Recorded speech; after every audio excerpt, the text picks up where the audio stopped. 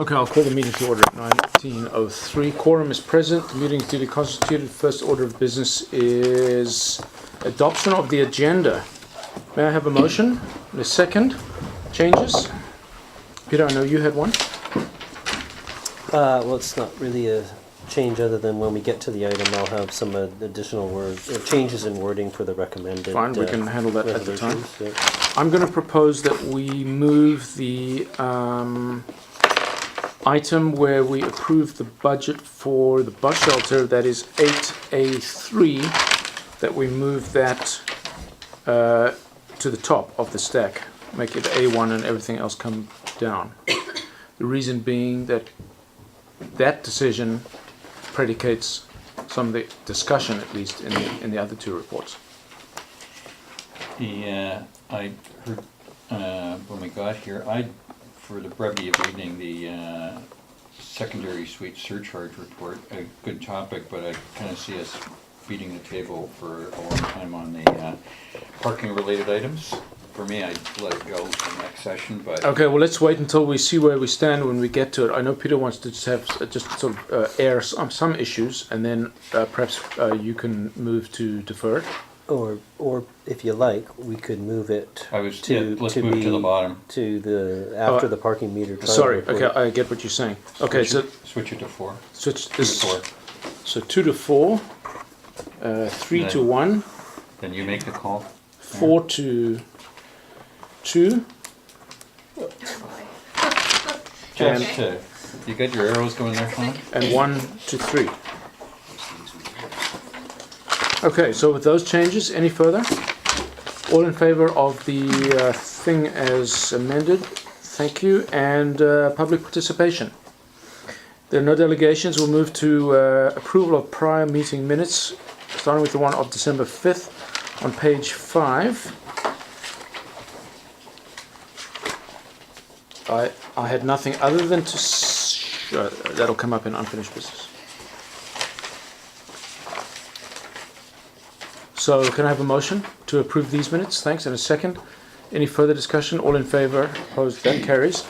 And then the minutes of the Council Strategy Committee meeting. I'm not quite sure of what date it was, given the heading there is confusing. So That was the Bill Cox meeting that I chaired. May 2nd, 2016. Should be 17, shouldn't it? And May? That May date's... 2nd's right, but not this. It should be 17, I think. Is it... So May 2nd is correct, so it's just 2017? Yeah, this is the right one because Carl Burrow had regrets. You weren't able to attend that. Just presentation of the financial statements. Okay, and it was May? Last May, yeah. Okay, fine. So I wasn't there. I'll move it and a second. Any discussion? No? It was just the presentation of the results, right? Wonderful meeting. Yeah, good. Looks good. All in favor of those and opposed, that carries. So that's the 2 sets of minutes approved. And business arising, we'll see if we can whip through this quickly. I'll just bring up the one that I'm aware of, and that is in unfinished business of the first meeting minutes, that is the October 17th Salish She Heritage and House of Commons e-petition. That I knew if I delayed it long enough it would go away, and the deadline's now passed. So that can come out as... Can we retro to business arising from the minutes? Did you skip? Sure. Yes, I guess I did. Sorry. And Yeah. I think this might be in addition to unfinished business, is Mr. Cox's lobby, which is your lobby to Mike Smith on the $50 fee for the West Van Library card. Yeah, I can report on that.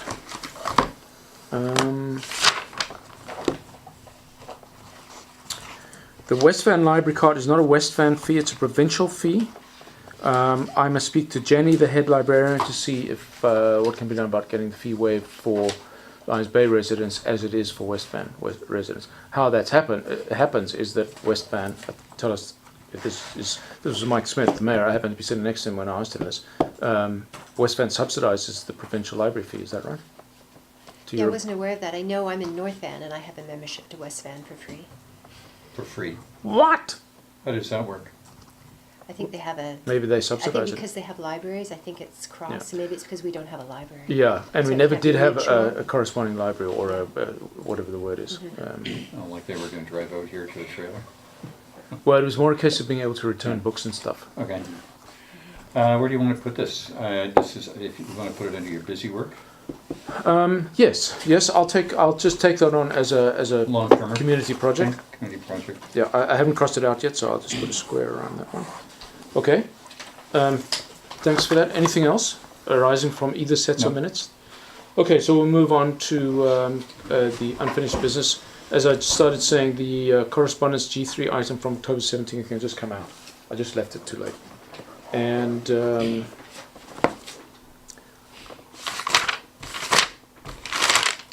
that is it on that, as far as I know. Fred, the correspondence went out, right? Yep. Yeah, you've got a report, so... Yep. Yep. And again, going back in the library, thank you for digging. Yeah, well, I think it's, especially given the demise of our own library, I think it's a very worthwhile thing. It's a great library, and it's part of the provincial system, so we want to see if we can somehow get ourselves in there. Okay, so we'll move on to reports, and the rejiggered order starts with the CFO's report on purchase of the bus shelter, starting on page 29, so if we can turn to that. And there is a recommendation, which Pam, you might want to just start talking on. There is. So, as you know, we are still eligible for the TRIP grant as long as we install the bus shelter by the end of the year. So we've received a quote. It's under 29,000, but I wanted to approve up to 29,000 just so I didn't have to come back to council if it was more. So we would get $12,523 dollars from the TRIP grant, and then the balance would be withdrawn from reserves. And the reason I would take it from reserves rather than taking it from the budget for the stairs, we'd still like to attempt to do the stairs next year, so we'd like to rebudget it. But also going back and with some assistance from the municipal accountant Haley Cook, we realized that in 2012 a bus shelter had been budgeted, and although it wasn't specifically moved to reserves, it was sitting in surplus because it wasn't purchased. So, and we did confirm that by going back to some minutes, that it would be my recommendation, partly for transparency and to use money for the purposes for which it was originally budgeted, to use that $15,000 along with the grant to pay for the... So that amount was 15,000. They had put aside $15,000, yes, for a bus shelter. Okay, that's free money. So, yeah, I mean, So- at the end of the day, the bottom line is essentially the same, but at least we've taken it, I think, from the right place. Absolutely, absolutely. I love hearing things like that. Thank goodness for Haley's memory on that one, that we're actually now delivering what we taxed for. Kudos to her. Yeah. Okay, good. So, I mean, we could go on about this. The only one question I have for you now is, electrical is being laid or supplied? The electrical inside the shelter will come out of the foundation. The drop has not been done. Okay, but you're on that, right? Yeah, we'll have to pay for a hydro drop that Yeah. will come next year. Yeah.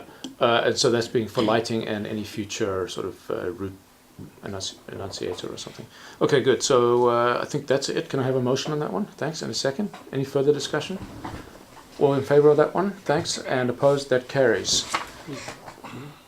Yeah. Additional resolution that I would ask council to consider is that you add, and that the CAO and CFO be authorized to sign all contractual and grant documents to effect the foregoing resolution. Okay, well, we already passed the other one, so we'll just do a second resolution on that one. I'll make a motion as stated. Can I have a second?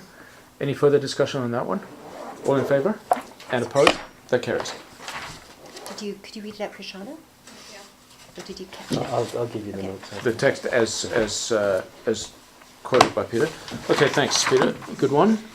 And we'll now move on to the rejiggered agenda, and that is the parking meter trial period report on page 31. We want to do that one before the traffic signage one? No, the traffic signage. You want to do the traffic signage one? I can't remember what we Let's did. get warmed up. Okay, so that's 3, and traffic signage is 2.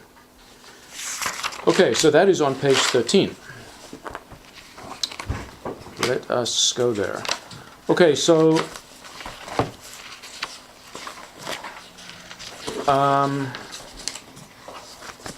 there's a recommendation which I won't ask for a motion on until we've had some discussion. Because as council well knows, I served a notice of an alternative motion, which I'd hate to do as a secondary and then rescind and all that stuff. So I'll kick it off. Great report, thanks. Excellent, in fact. Pretty much what I was looking for and hoping for. I really just have tweaks. So, I mean, perhaps how do you want to do this, colleagues? There's a lot of stuff here. Somehow you just got to start at the beginning and kind of plow through it. Okay, I think there's so that's much right. paper here. Okay, so let's just do sort of para by para then. Peter, you're drawing your breath like you got something momentous to say. No, No. not yet, anyway. Okay, so first paragraph. I don't think anybody's arguing that we're up for MUT CD, Manual of Uniform Traffic Control Devices. So, and then we hear that some of ours are kind of old-fashioned. Well, I think we sort of knew that, so that's good that we've sort of doing this part of discovery. Although I'll just point out for future reference that traffic control signage is not parking signage per se. It's related, but that'll all come out in the wash. So let's move on to part 1, parking signage. The attached map shows 4 types of parking signs and a count.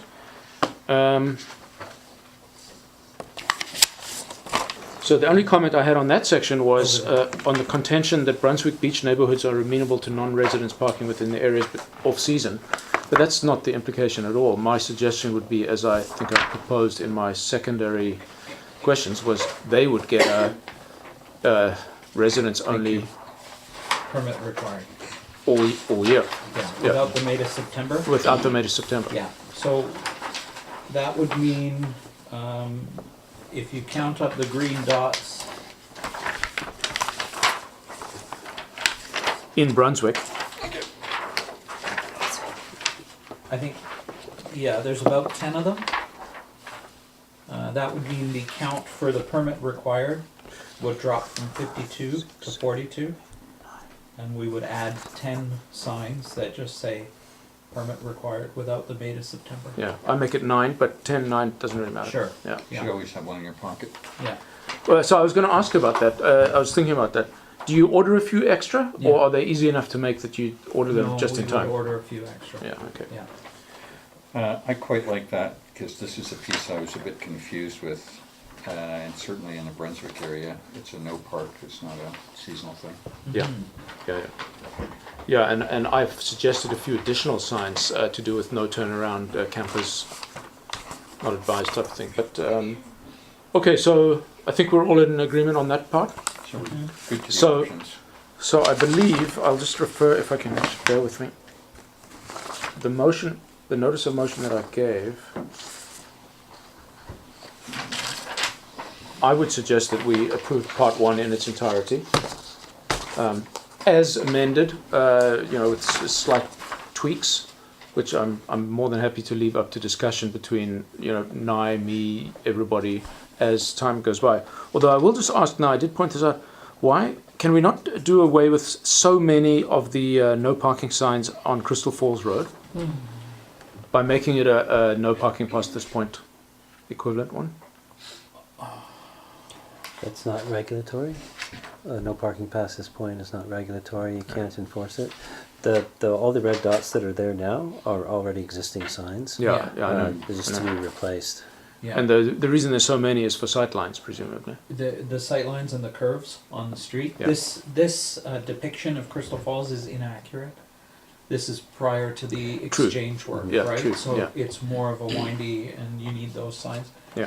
They're already there. We proposed 3 just at the end, where there isn't anything. Which is sort of a cul-de-sac, kind of. Yeah. Yeah.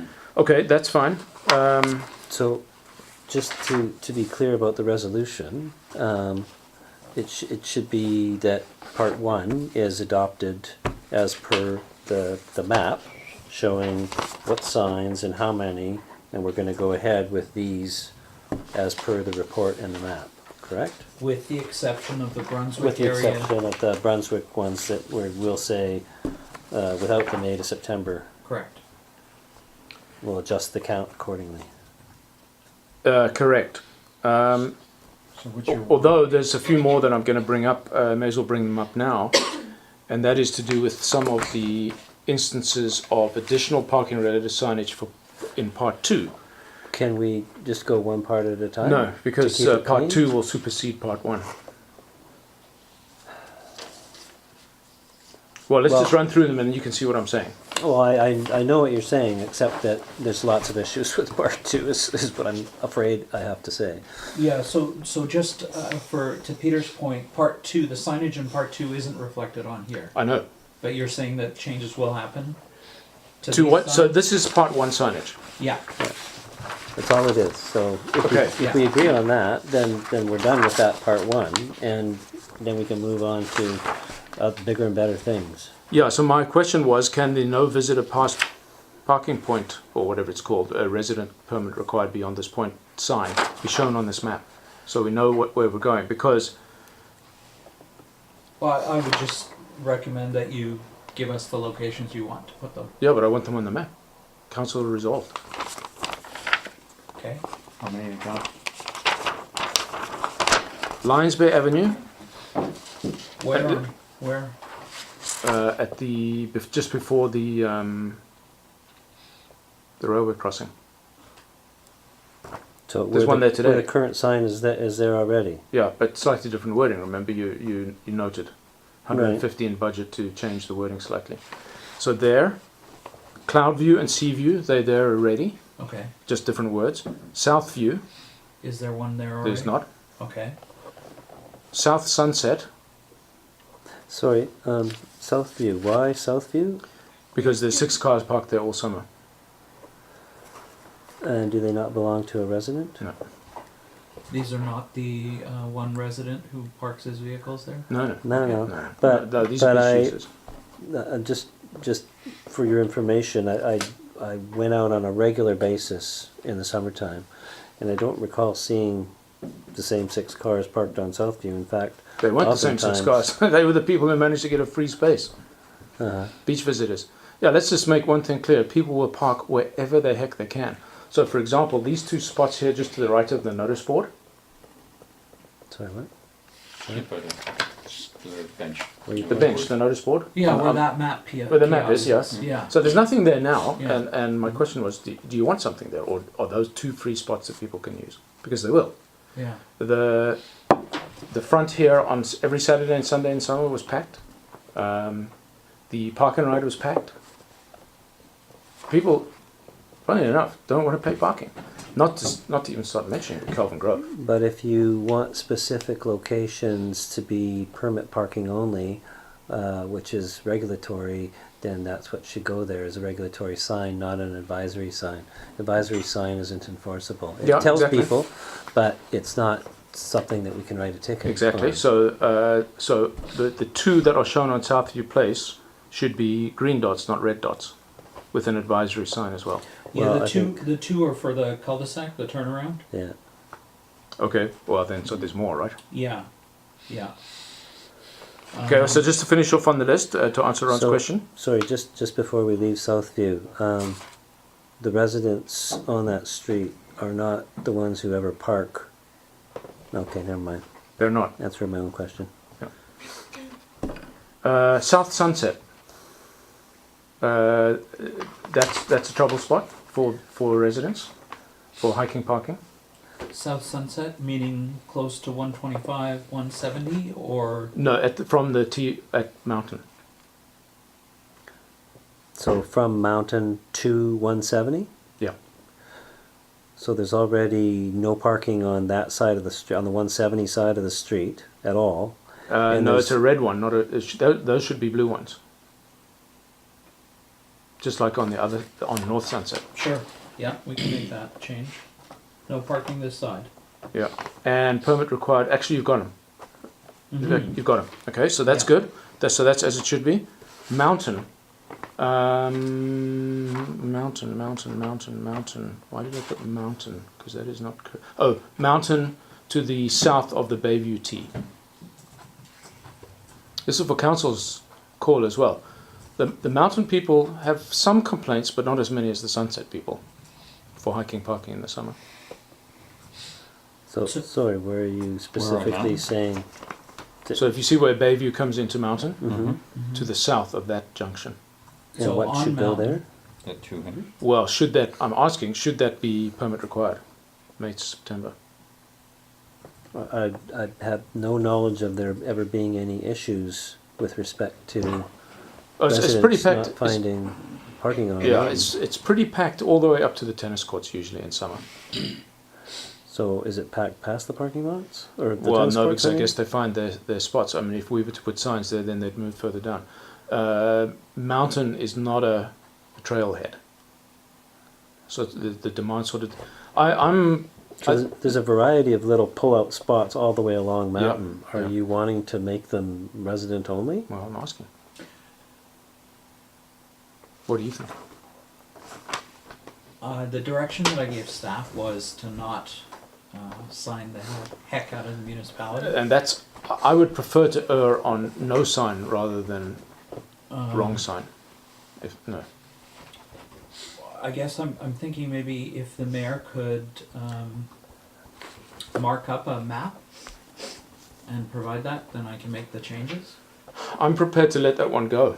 I'm On asking mountain? what yeah on mountain. I'm asking what. Who's asking your opinion? Yeah. Whether you want it or not. Yeah, like Peter, we have no record of any complaints, not from the bylaw staff, so I don't know if there's a need. Okay. No, I've certainly heard complaints because I know a lot of people who live along mountain, but not as many as live along Sunset. Are again, there's not like the noise on the highway crying on my shoulder, but they certainly are quite upset by hiking parking. They've sent us pictures. I mean, you've all seen them, right? I think People- you're correct. If we sign the area in front of 167 and 225, permit only, Up to the tennis court. yeah, it'll just move them further. Yeah, just further down. Exactly. Okay, so let's not have mountain then. Periwinkle. Sorry, so we're not signing 167 and 225? I would just add that we will be purchasing additional signage, Yeah. and it'll just go into our No, inventory. that's fine. So But to we answer- can add an incremental change. Yeah, I mean, I imagine this is a, if you push it here, something's going to happen here, and you're going to have to see. Unintended consequences are sort of part and parcel of this business. So to answer your question, Peter, yes, correct. We're not going to do anything to the south of the Bayview, The mountain intersection. other than no parking signs where it's needed for safety, which is what we've got there today. Mhm. Okay, so then Periwinkle. And for the same matter, Sweetwater Place. I believe that we have resident-only advisory signs there today, or do we not? Yeah, there are. Yeah. Um, So we need the associated permit parking only May to September. May to September. Yeah. Again, I'm not aware of complaints from residents that in the summertime they're seeing visitors parking on their street. Yeah, sorry, Peter. I am. I have had complaints. Oh, okay. Yeah. Oh, yeah. And we put resident only, but as the mayor has said, they should be these permit required May to September. Yeah, we just need the standardized. enforcement signs, not only the advisory. The whole of South Kelvin is packed every good summer day. Not from users of the beach, but from users of the cliff jump. So we can have, I can do a check of those and replace all the, Will be a few more than the 4 we show now, mhm. so, certainly at the entrance. But you can also do those no parking this side. That's a blue guy instead of a red guy. That takes care of one whole side. Mhm. So just a little tweaks there. Yeah. So that's the same for Sweetwater. And then Okay. Crystal Falls. Oh, okay, we talked about Crystal Falls already. Mhm. So those changes. Okay. But there was no changes at Crystal Falls, right? Right. Yeah. Yeah. Unless you tell me different, because I would think that resident permit or permit required is gets slightly better results than no parking. The issue I there, don't- of course, I don't think there's any room on Crystal Falls to park. yeah, there's 1 or 2 spots where people go in violation of the sign.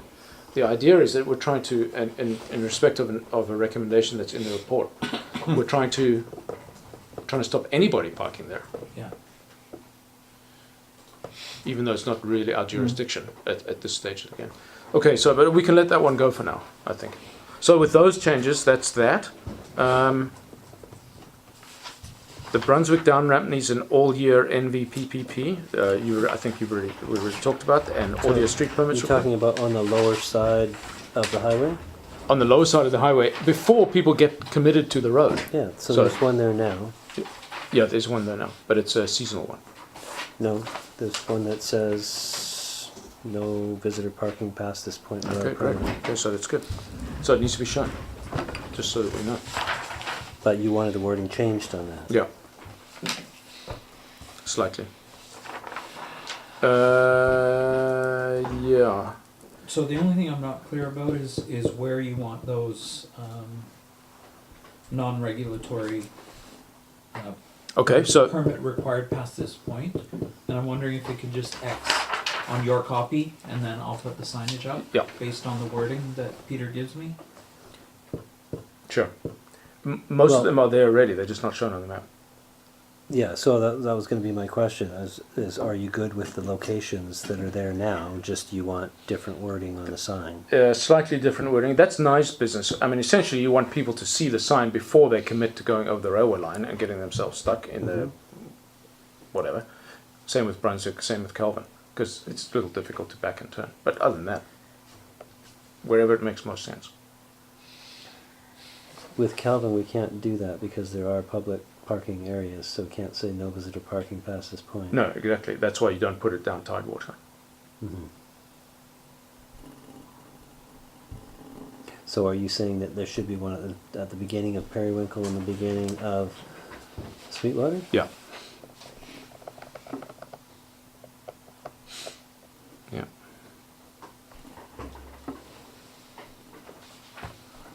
Yeah, I mean, it's a fine balance between permit required, no parking, and the And tow then sign. One going up Kelvin Grove Way or no? No, I don't think so. Okay. No, I'm not aware of any complaints there. Even on the worst days, people don't seem to park above the highway. Although you do have that there now outside number 90 and number 20. Sorry, what's outside of 90 and 20? Permit required. On which street? Kelvin Grove. Yeah, so on that side of the street, there is room to park, and cars do park on that side of the street, so we thought we'd just sign those, Fine. It's pretty so narrow. that they're permit required, and It's fine by me. Yeah, I mean, Okay. you're out there every day. So am I for that matter. But I haven't heard any complaints there. no. Okay, so moving on. Any reason why so few permit required signs at the south end of Lions Bay Avenue? Just judging by the map. Yeah, so close to the beach. There's very few signs. From number 70 to number 120, there's 2. Those aren't indicative of existing signage that's there. Ah, these are new. These are new, yeah, or replacement, right? So if the pole is existing, it's just a colored dot. If it's a new pole, it's a square. Yeah, yeah. No, I got that. But all of those along there will all be new. They'll all be permit required, which we Yeah, don't have so- today. Or So, no parking this side? yeah. So, I mean, from number 140 Lions Bay Avenue up to Yeah. 170, we seem to have quite a few, but not very many There's signs. a dearth, yeah. Dearth. It may be because the sight lines are so clear and you Mm. can see from one side to another. Okay, fine. Just checking. I just wanted to check on that. Yeah.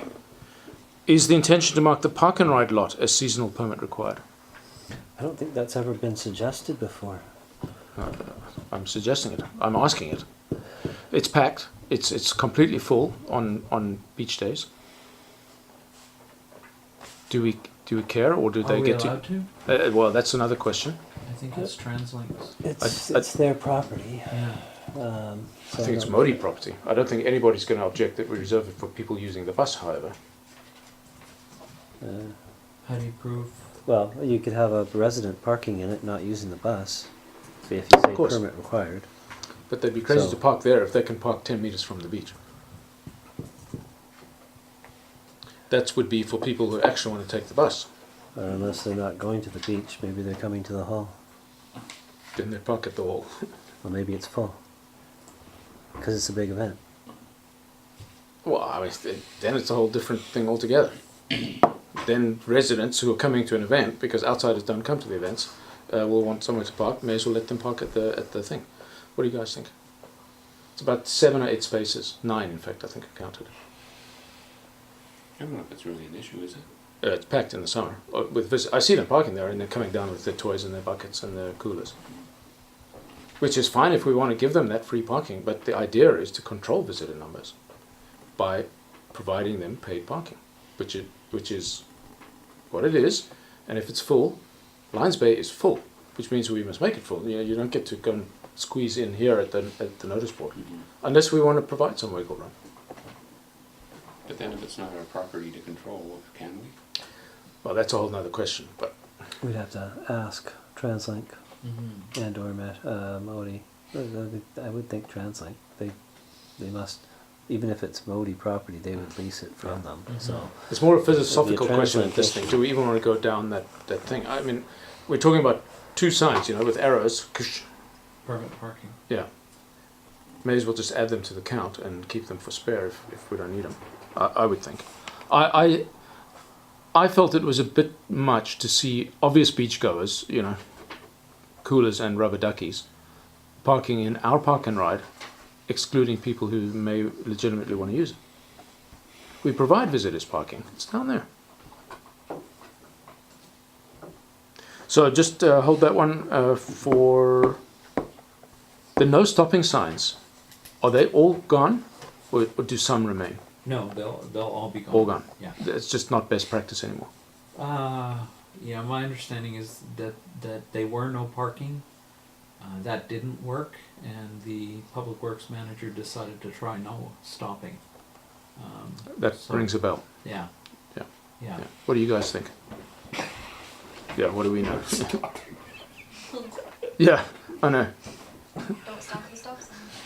I stopped for the dog running across the road. Yeah. Sorry. If you're gonna standardize, it makes sense to go no parking. no parking. Yeah, we've- really. Okay, so that's what I have for part one. That's what I mean by slight modifications to part one, Peter. okay. So you ready to conclude part one? Yes. Okay. Everybody else? Please, I understand this is a little arcane. But Well, no. we have an opportunity to get it the right. volume is staggering. And there's no way other than just getting your face wet. I have to agree, unfortunately. Okay, so let's move on to part two, and that's additional parking related signage. Now, I never advocated, well, I did actually remember when I went back to look at the recommendations, I did talk about some add-on tags, more for if there was ever a policy change on whether residents were allowed in the paid parking lot. But typically what I had in mind was stickers that would go on to provide arrows, one, both, or either.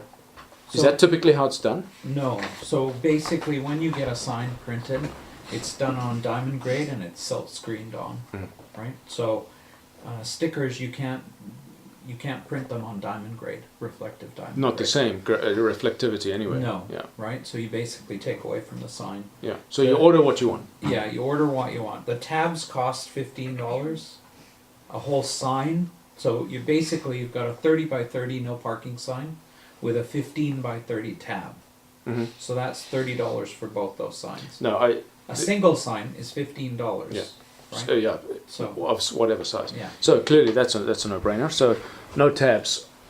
If there was any suggestion that we'd have a tab, forget the tabs. Well, there's one place that a tab does make sense, and that would be in B with the 3-minute drop off.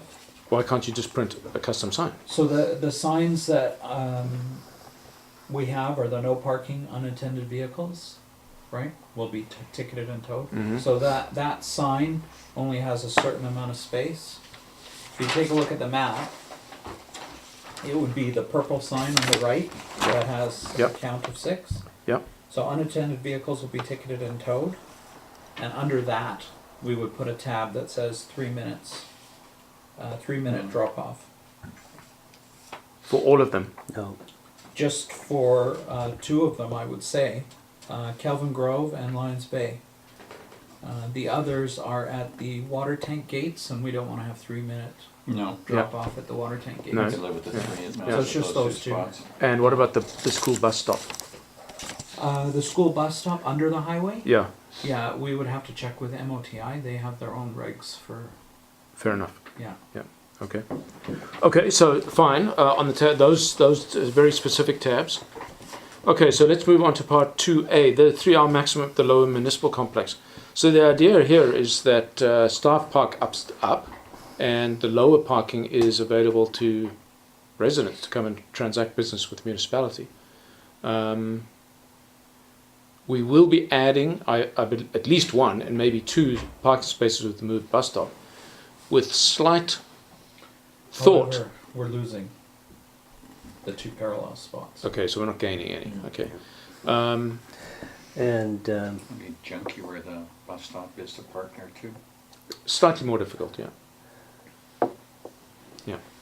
yeah, there are oftentimes, I don't know who's parking there, but there are people that do park in the upper stalls. We've got, every staff has a car. We're here for more than 3 hours, so it would be difficult for us as well. How would it be difficult? Where are we going to park? Up there. There's not enough Limit stalls. spots. Oh, because they're taken already. Yeah. I think there's only 4 spots in the way up there. Sometimes Five. there's Usually by sometimes- residents coming to do business. Sometimes we park up there because we have to, anyways. Yeah, no, I've because seen of that. Things going on. I never try and park down here. I always, because I know there's never going to be space here because it's full. But I'm easy. I mean, the one thing we could potentially, it wouldn't really work, is that because the permit is called an annual permit, not resident permit, staff get a permit, but it's not permit parking, so that doesn't help. Yeah, it's very rarely an issue. Once in a while, we get somebody who maybe has an issue with ice getting down into the condo parking lot across the street. But other than that, you know, after it's there for a week and then it's gone, and we don't have the problem anymore. No, it's So- more so that well- people coming to do business at the municipal complex Monday to Friday, maybe you can do it Monday to Friday. That doesn't help staff, I understand. Staff would have to find up there, and I recognise we've got the minimum amount of ambulance parking, right? We I don't, think we're not giving them more than. the amount that's in their lease, In their I lease, believe. yeah. Yeah. It's 2, yeah.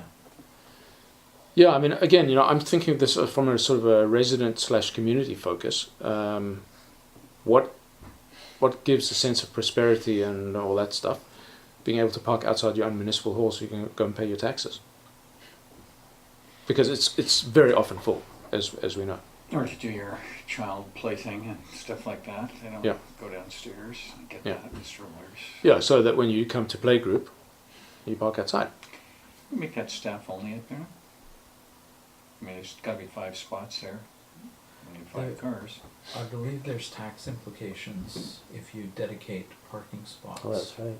If it's a paid spot. Yeah, no, if it's dedicated Oh, it's parking, like a- because it's, Oh, it's like a perk? yeah. Really? Yeah. Yeah, no, I wouldn't put it past them. You know, we could certainly, we could voluntarily make an effort to park up there. Well, that might be the best solution. I mean, you know, in retail, and we're retail, let's make no mistake, staff park at the far end of the parking lot to leave the nearby spots available for customers. Mhm. Let's do that. Let's just make it a best effort. Okay. Okay, so that one can go. Yeah. 3 minute we talked I mean, about. I think with the works trucks exempted, because they just pop in, pop out, and actually it's a good profile thing. Absolutely. No, I'm fine. Yeah, I mean, if you're not going to be here long, park. That's what it's for. But if you're going to be here the whole day, you know, I as I say, I don't even bother trying to park down here because I know there's going to be no spot. So I'm a customer. I'm coming for a very Well, short period. There won't be any point parking up top anymore. It'll be taken. Okay, ambulance personnel. I think we're all in agreement Is there. this a roundabout way to getting a mayor spot, by the way? No, you're in Cosia. Forget it. It's So, reverse Going thinking. like this, there won't be a 3-hour maximum No, limit then down no, here. we'll just make it 'Cause ad hoc. if we free them out, we may actually find more residents start using it all day and all night. Because I think right now they don't, because we're there. We'll see how it works, but we might actually cause more of an issue. I don't like that logic. They don't park in my spot because I'm parked in it. Well, yeah, that's obvious. No, but the one issue we do have sometimes is when there's snow, people Mhm. just park Mhm. there because it's easier, and we'll come Right. in sometimes and it'll be taken. But I think we're fine with that. So, It's No, the unrestricted idea is- parking. The idea Because is then to we've use totally people, the blocked people who people are coming to the coming hall or won't be to able the to. office yeah. for business, they won't be able to park, not because we're there, but because people Mm. are parking Well, I mean, there. that was another reason to do it, is so that people didn't park there overnight. Well, I guess we'll have to see what happens. Unless we say no overnight parking. Well, can't you just have a see how 3-hour it happens limit. and deal with it when it happens. What's that, Fred? I was thinking you could have a 3-hour limit during business hours. Or Monday to Friday? No, that wouldn't work. Because I don't actually mind. You'd have to be able to enforce it as well, right? Yeah, exactly. So, Let's not do anything we can't. Yeah. Let's do as little as possible that we can't. yeah. Move on. Okay, so I think we're all in agreement there. Off roadway only. I like all of these ideas, and my only concern there is will the residents go for it? So all of the spots that were looked at by staff are spots that residents use for parking. So what we're talking about is widening it to Yeah, make but it cutting safer. away their bank as far as they're concerned. Well, Yeah, I know what you're going to say, but they don't know that. it's not a lot of cutting away. We're not proposing to go very high on the bank. Most of it is just a little bit of widening. Well, I mean, this does actually beg the question that I've been asking for some time. Depending on how high you have to go, who has to build the retaining structure, if Yeah. any? Yeah, in talking to staff, it was just some small rocks yeah. that would be used to hold it back. Mhm. And not everywhere, Yeah, exactly. so. Okay, so that's the best solution there. So that's good. Mhm. Police, fire, SAR only. Official tag required 24/7. This one I feel quite strongly about. This has got nothing to do with who's parking there. This is a PR thing. Well, sorry to have a differing view, but the idea, as I understand it, is that when there's a fire and or a accident on the highway, the fire department has to respond. They need a place to park, and if there's no parking because other people are parked there, let's say SAR's having a meeting or something like that, and there's no parking available, they're driving around looking for parking stalls while somebody's having a heart attack on the highway or a house is burning down. Okay, But so we the take SAR idea- out. The idea is to have it so that they have a place to park when they need to in an emergency. I know. Right now it says no parking, as you know. Yeah, but it's well No understood. parking for somebody else. But okay, so we can. Fine. Although SAR doesn't have meetings here, but we can take SAR out. Of course, SAR is also responding to their cache of equipment. Do they need to park? They grab a vehicle and that's it. But And- they- Where do they they- park their car? Pardon me?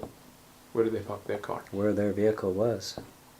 So if they're grabbing their vehicle from the hall, because they do have a vehicle there as I understand it, or a trailer or something. a vehicle. Pardon me? They do have a vehicle. Yes, a full SAR Yeah. truck. Yeah. So they would park their car, take the SAR vehicle, Okay. where the SAR vehicle was. But I have to say, when they do respond, they have a radio room up there as well, so some members during an incident will actually be staying at the hall. Oh, yeah. So you'll have a few vehicles there, Hmm. but more often than not, they'll go somewhere to the landing site for the helicopter. Right. Or the lower school field, or Yeah. wherever the incident is. So, I mean, the question is, to me, this is, first I want to get rid of the no parking sign, because this is actually parking, it's just reserved. This is a PR opportunity for people walking past and driving past to say, hey, wow, Lions Bay's got police, fire, SAR, that's pretty cool. I think I'm going to buy that $3 million piece of land down here after all. So, to me, it's not a, it's more exclusive than less exclusive. Well, I guess my issue with it is with the fire. The fire guys respond in so many vehicles that we have them parking on Yeah. Center Road and everything, which blocks the sidewalk and the whole works, but they've got nowhere else to park. And if we allow more parking down there, it's gonna make it worse. Well, the only more parking that we're talking about is police. And I don't think they really need to come, Well, they won't. They don't. yeah. But again, the idea is it's Just PR. people to see it. It's yeah. PR. In fact, we'll tell the police, don't actually park there, please. Do as they say, not as they. Okay, so that's the thing there. That is a whole nother question about where fire, especially on a big one, yeah, cars are everywhere. But I'll leave that up to you. I mean, I still don't know what that container is doing there. The record storage container. Yeah, I thought that was temporary, wasn't it? Don't have somewhere else to put it. I can think of a lot of better places than the fire department parking lot. But It anyway, actually only gives us one more, we did look at it, we'd only give you one because more of the way it spot. is, I Yeah. know. Unless it was Yeah. properly laid out. But yeah, no, I agree. So what are we saying on that one? Tweak the wording with Peter. Yes. Okay. Sure. Thank you. New, I think we're agreed on that. Those are the yellow and black flashy ones. Yep. We've talked enough about G, I think, to know where we stand. But new is only used for actual traffic type signage. It's So we not, would- it's not yeah. used on We other would only signage. use it once, and that's on the change from the yield from Baby Place to Baby. And that's actually not parking, that's traffic, but okay, Yeah. you put it in here, it's all the same. Mhm. Okay, that's fine. Will you need to do consultation on that one? No, I don't believe so. I would, because I happen to live on that road and know, the last time it was mooted, there was a little bit of outcry. I think this is one you just do, and it's a safety thing. Yeah. Because people whip through there. I've been almost T-boned 6 times. Yeah. So you say the last time it was moved, did it used to be? No, it was proposed to be moved, Oh, Yeah. and so it didn't get done. I've canvassed staff, and staff agree that it's an issue, and Yeah, it is definitely it an should issue. be on the other So I side. think we just bite the bullet. I'll absorb any political flack, just send them my way. I'm one of the most inconvenienced of all. I'll have to yield every time now. Not that I don't, because I know people are whipping through there like crazy. H. so it was G. G we've talked already about dealt enough. with? Okay. H. Pay parking. Staff note that pay parking has not been approved, sure, and will likely not recommend this. You're saying you wouldn't recommend the resident permit okay piece? Not in Lions Bay Beach parking lot. Okay, that's sure. But the signage in the paid But parking lot in is at Sunset and Kelvin, the signage for the meter already says it. Yeah, so we don't really need extra. exactly. So that So can I come out. would nix it. Yeah, nix it. And directional signage for parking. The only thing here is not part of wayfinding. It's not part of the current wayfinding recommendation I'm working on. I'd just like it in here. The Yeah, standard green just one. If you could mark the map Okay. where you want them. Okay, fine. Okay, so anything else, guys? Let's move on then. I'll try and speed things up a bit. Traffic signage. I don't think we have any discussion there. I certainly don't. Any ticks across the board? Yeah. Yep. So yeah, I mean, it's high time. Except for the village-wide thing.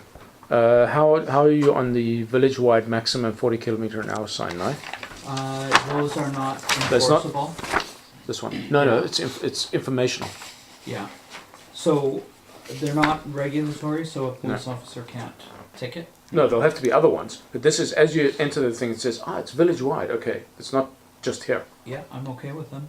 Just need to know where, how many.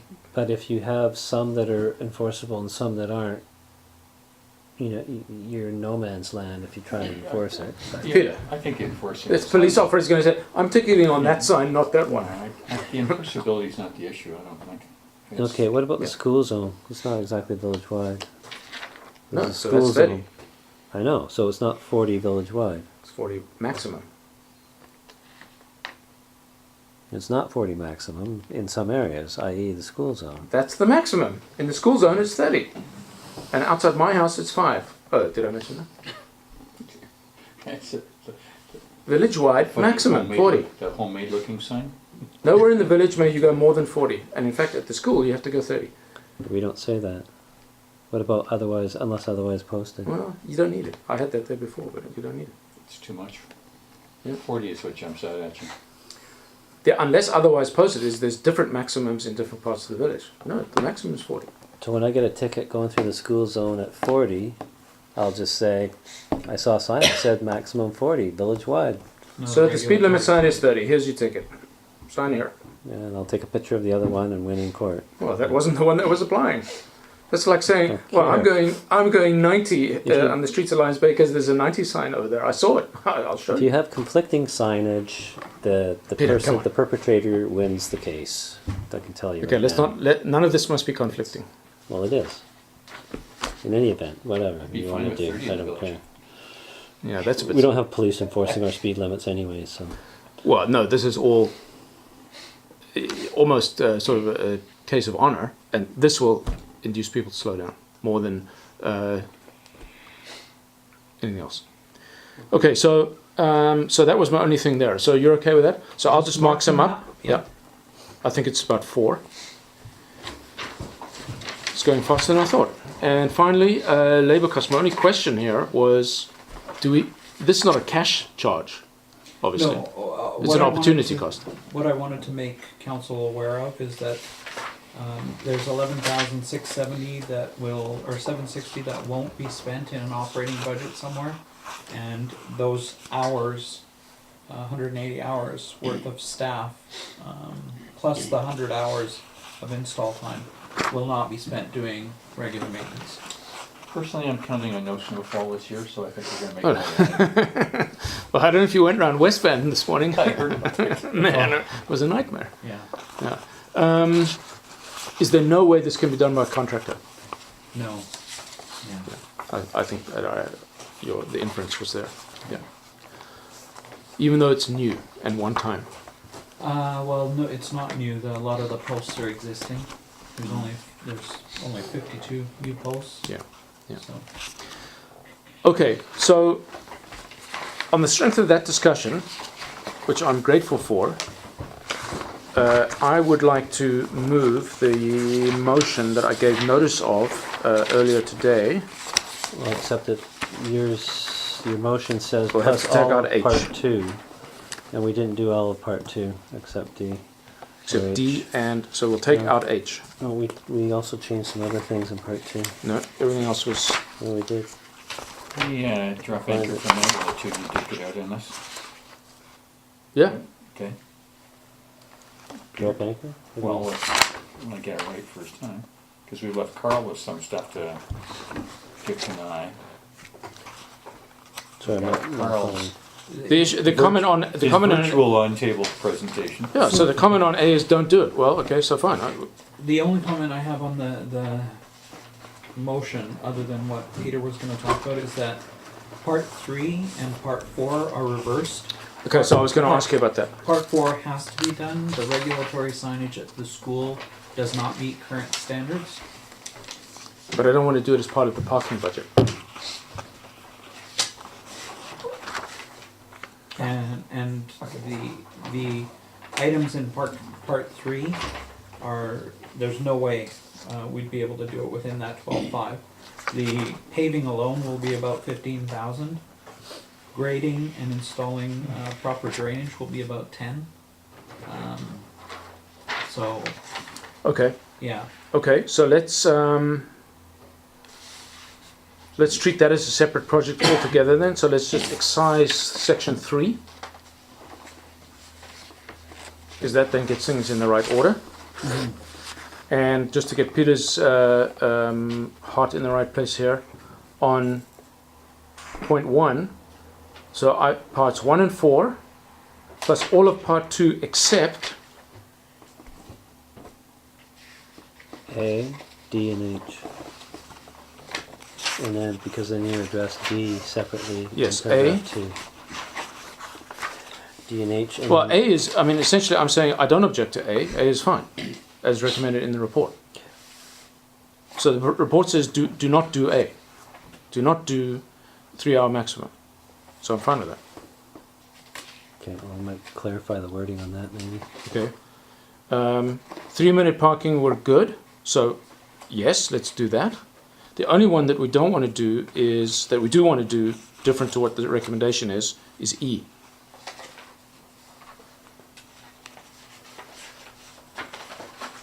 yeah. I think E probably bears a conversation with SAR and the fire chief to sort out their respective needs. Okay, they can do that. This is a council decision that's got nothing to do with fire department parking.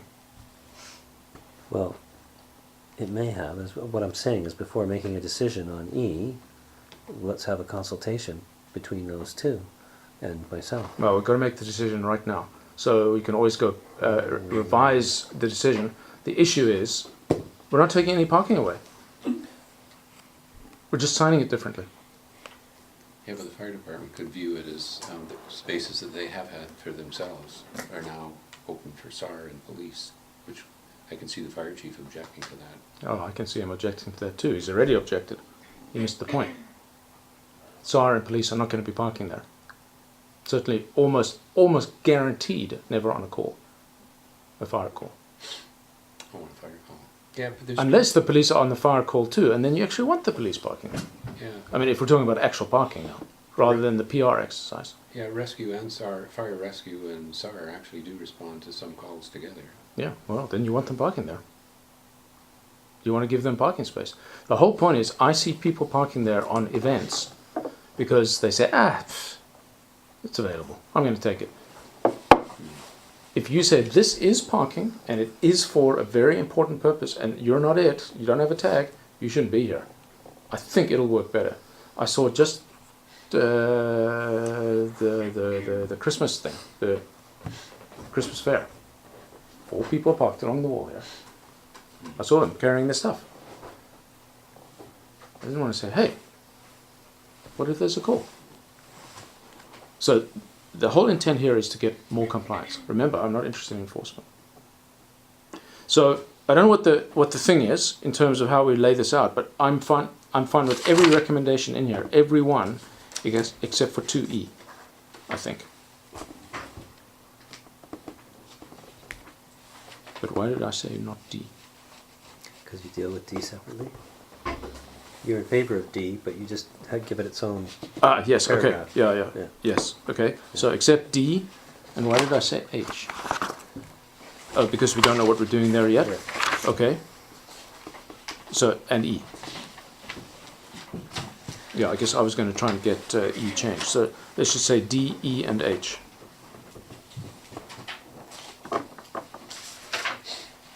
Can you handle the May 31 deadline? We'll Okay. make it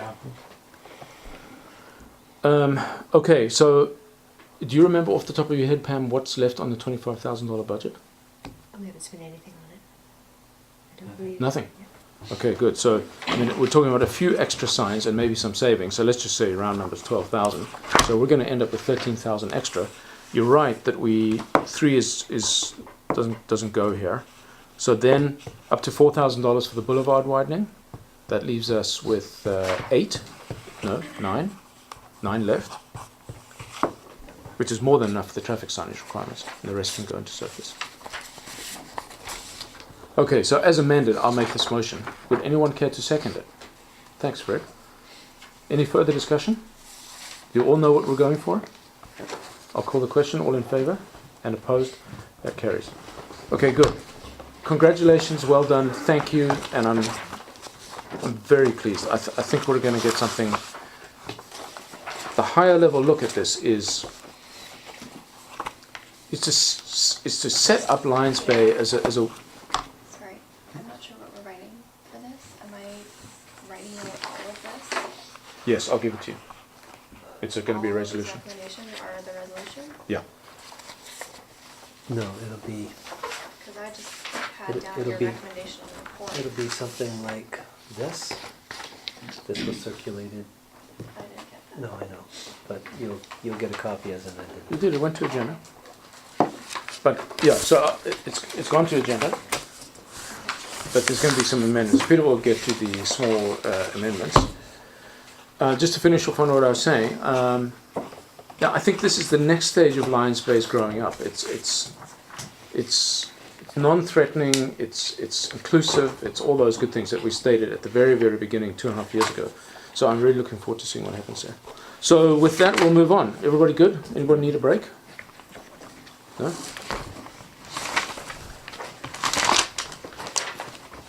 And so now we are on the parking meter report, page 31.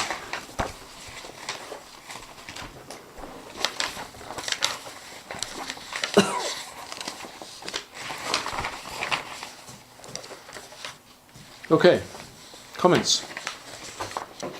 Ron, I see lots of writing on your page there. No, lots of writing. I think for me, thank you for the fulsomeness of the report, the lots of graphs and stuff like that, which was lots and lots. I think for me, the sense was that the 2 pieces. One, should we be looking for an RFP for a new meter provider? The technology changed, these people the absolute best, so I'll let Peter think about that one. And I think the other one is that my sense from stuff I thought I heard, due to absences or a variety of stuff, that our enforcement was lacking in terms of people being on the ground, and maybe the education piece, I don't know. I'm not sure that I'm proposing that there's a quota, but if we're gonna put all these signs and all the rest of this up, we want effective enforcement measures. And we have talked to the bylaw officers, so that's two pieces for me. I mean, there's some minor stuff. I guess we can have a philosophical conversation whether boat trailers should be in the parking lot or not. Okay, well, to a certain extent, that is something that we can discuss. I don't know if we need to do it tonight, but yeah, so, you know, those sorts of things. I think we'll probably be looking for a recommendation on the 2018 plan around things like that. But at this stage, we're sort of we're trying to understand what happened in 2017 paid parking. Fred? Yeah, I concur with Ron's thoughts there. A lot of my chicken scratches and stuff related to pretty much what he was saying with, yeah, I was kind of querying as I was going through here about the meters, like DG4 or DG7. It just sounds like it doesn't work very well with the app and everything for anybody with more expensive ones, so why pay for it? So that sounds fine, so I'm good on that. You know, there's some little odds and ends here. I trust staff to work out some of those details. I don't think there's a policy really we're looking for to change here. It's just best practice. I mean, what works? And I think my thinking with the paper parking isn't to make any money, it's to cover costs and also control the parking. So use a less expensive meter, for example, if they could get the job done. Seems like it works. I guess the other one would probably produce more data, but do we really need all that much? I think that, oh, if you want No, go ahead, Peter. to speak to that. I think that, you know, it was interesting to go through the data that was produced. It was it's a bit clunky to work with Also. in terms of how it's organized and how the reports are called. They're not very intuitive when you go to use them, as I'm sure Sean would be happy to attest to. The other thing is that, and I'll address Councillor McLaughlin's comment as well. In terms of changing provider, I don't think we really have that option at this point in time. Part of our deal was that, you know, we would get a free trial, and on the proviso that you know, if we decide to go ahead and carry on with it, that they get the contract for it. The other aspect of that is that they are virtually the only ones that provide the municipality with 100% of the revenue. So normally they make their revenue on the rental or sale of their products, their meters and so forth, and on their enforcement, where they are the enforcement agency. So they have people, they have contracts and so forth where they do that work. And then they get a much larger portion of the enforcement revenue, the fine revenue and so forth. Okay, can I just interject there, because I'm fine with that. I do not care about the revenue.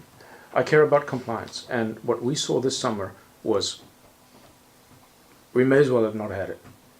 The few times that I checked, I saw our bylaw compliance officers sitting here doing paperwork for 3 hours each, every Saturday and Sunday. I saw the very few times that I looked, a complete free-for-all in the pay parking lot, and I think I've given you the numbers. 23 of 29 cars parked on Lions Bay Avenue on a busy Sunday, unticketed and also unresidented. Right, but as you recall, I asked you if you had gotten out of your car to look for the stickers on the windshields, and you had said no. And that was part of the problem, was that the stickers were very hard to see. And the reason they were hard to see was because we So made how come them- I saw the ones was- that I did was see? Because the light must have caught them the right way. They were on a certain spot on the dash. No, really, Carl.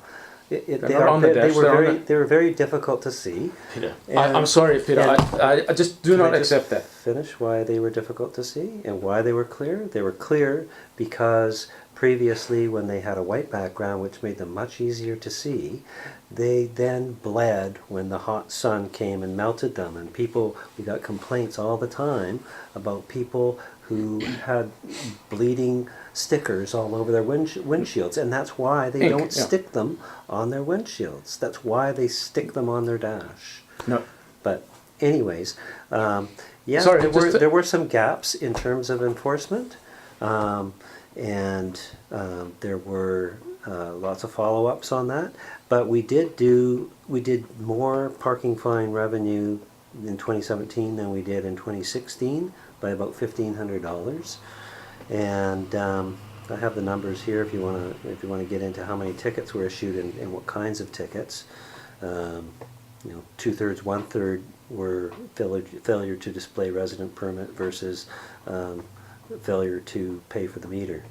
Oftentimes, though, I'll note that both sections of the parking bylaw had to be cited for any ticket, because if you've got Kelvin Grove or Sunset where residents can park, then they might not have bought a ticket from the meter, but they didn't have to if they were a resident.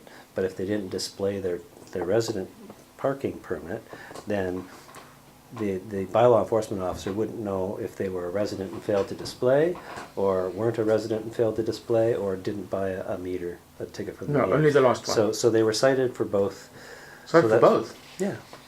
Cite Why? under both provisions, because it could have been either one. No, it's only didn't buy a parking ticket. No, because if they're a resident and didn't have to buy a parking ticket, then they ought to have shown their resident permit, Yes. but failed to do so. So it wasn't that they failed to buy a parking ticket, it was that they failed to show their resident parking permit. So it could have been either one. Okay, I any suppose event- to register the fact that they hadn't done that, yeah, fine. Well, so we'll never know how many residents didn't display their. To my mind, they're not even residents if they're not displaying. Well, that happens though, and we did try to communicate strongly at the beginning of the parking meter trial period that it was important for residents to ensure that they were showing their parking permit. Okay, well, because let's- if they're on the street, then they're going to get a ticket if they weren't showing their permit. So, I mean, the things that I had asked for at the beginning were an honest evaluation of how well it worked, and I didn't really see that per se. So the numbers were very interesting. It's very interesting to me that the average parking duration at Lions Bay Beach is over 7 hours. And that's all days throughout the period, 2.5 months. That's not a surprise to me, but I was given to understand that it was going to be 2-3 hours. Well, it's not. And the parking at the Sunset hiking, I don't know how people actually did it, because, as I understand it, our bylaw officer's phone wasn't compatible with the app. No, so we have the bylaw phone was an iPhone, always has been, or has been for a while, but we did have an Android phone that we loaded the app on. So he carried 2 phones at any given time, but the app on I don't know if it was the phone itself, which was an older phone, or whether it was an issue with the app, but he had to keep rebooting the app. The app worked fine when it was, if he rebooted it, then yeah, the app worked fine. But the pain in the butt part of it was having to reboot it all the time. So in any event, the bylaw officers were having to, because of the fact that residents can park in 2 out of the 3 lots, had to check for resident parking permits in any event. So whether or not you've got an app that's telling you that somebody paid by plate and they didn't need to stick a tab or a stub on their dashboard, it doesn't really matter if you got to look to see if there's a resident permit anyways. So you might as well have the pay and display methodology where we can go with a cheaper meter And it's just, it gives you a stub, you stick it on your dash, so the bylaw officer's looking for a stub or he's looking for a resident permit. Any way you slice it. And I don't think, now that we know sort of what the data was telling us about how people are parking, I don't know that it's imperative for us to have that going forward. I think that Have what going I think forward? it was all the graphs stuff that, Oh, yeah. that it provided. So Yeah. so I think that, you know, that's why I think that we can go with the basic meters that provide the, you know, they're pretty reliable meters. We had very little, if any, issues whatsoever with the meters. So all in all, and you know, in terms of dealing with Precise Park Link, they were easy to work with. They're helpful and responsive. So I don't think we have a choice in any event, but I don't have a problem with that. Whether or not we could, you know, the Telepark app, where you pay by phone using an app called Telepark, was virtually non-existent in terms of usage. And it's, I'm not 100% sure of the exact relationship between Telepark and Precise Park Link. And it is a separate app and a separate computer system that you actually have to go to in order to see Telepark reporting. So just to interrupt, I sorry. So can- our compliance officer was walking around. So you had the Telepark app, So that's, yeah, so you can see the Telepark, whether somebody paid by whether somebody's Telepark. paid by plate. Yeah. Or paid by account. Telepark or by paid by plate. And so and he didn't have an app for the other thing though, right? Because that only needed the paper ticket Sorry, So- the so- other thing. for the Precise Parklink solution. It was all on there. All in one. Yeah. It was It's all in the just, same if you app. want reporting, it's a separate website. So the Telepark app and the Precise Parklink app are the same. Yeah. They've Yeah, integrated. yeah, it would tell you Yeah. Yeah. either way if the person had paid. So just to cut to the chase on that one, does Precise Parklink do any other virtual pay solution? Not that I'm aware of. Okay. However, I could certainly check with them and see if they would care one way or the other if we went out and sought a different pay-by-phone provider. Which you can certainly Um, do, and pay by phone is obviously the standard. But integrated in their app is very useful. Because But otherwise I'd want to look carefully into whether or not there was going to be, you know, unintended consequences and issues with that in terms of conflicting. You know, we'd have to have a couple of different contracts. We'd have messy accounting. signage. Yeah. Yeah, it So- would be nice if it could be integrated, and some of the other service providers that had originally been identified integrated with pay by phone. Pay by phone, I'll just remind council, has something like a 50% penetration of all parking revenue or parking usage in the Lower Mainland.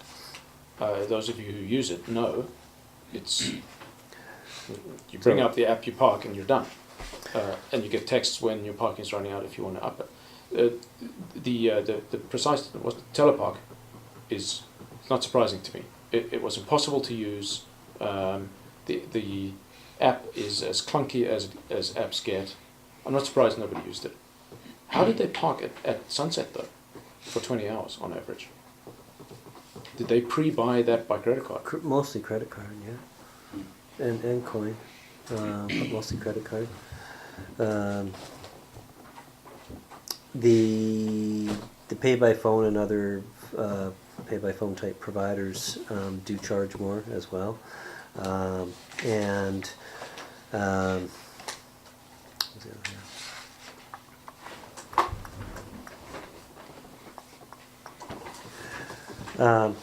With respect to the number of hours, for example, at Lions Bay Beach Park, I think that really speaks to the clientele that we were likely getting as people coming in with their boats or going out on their boats and parking for the weekend.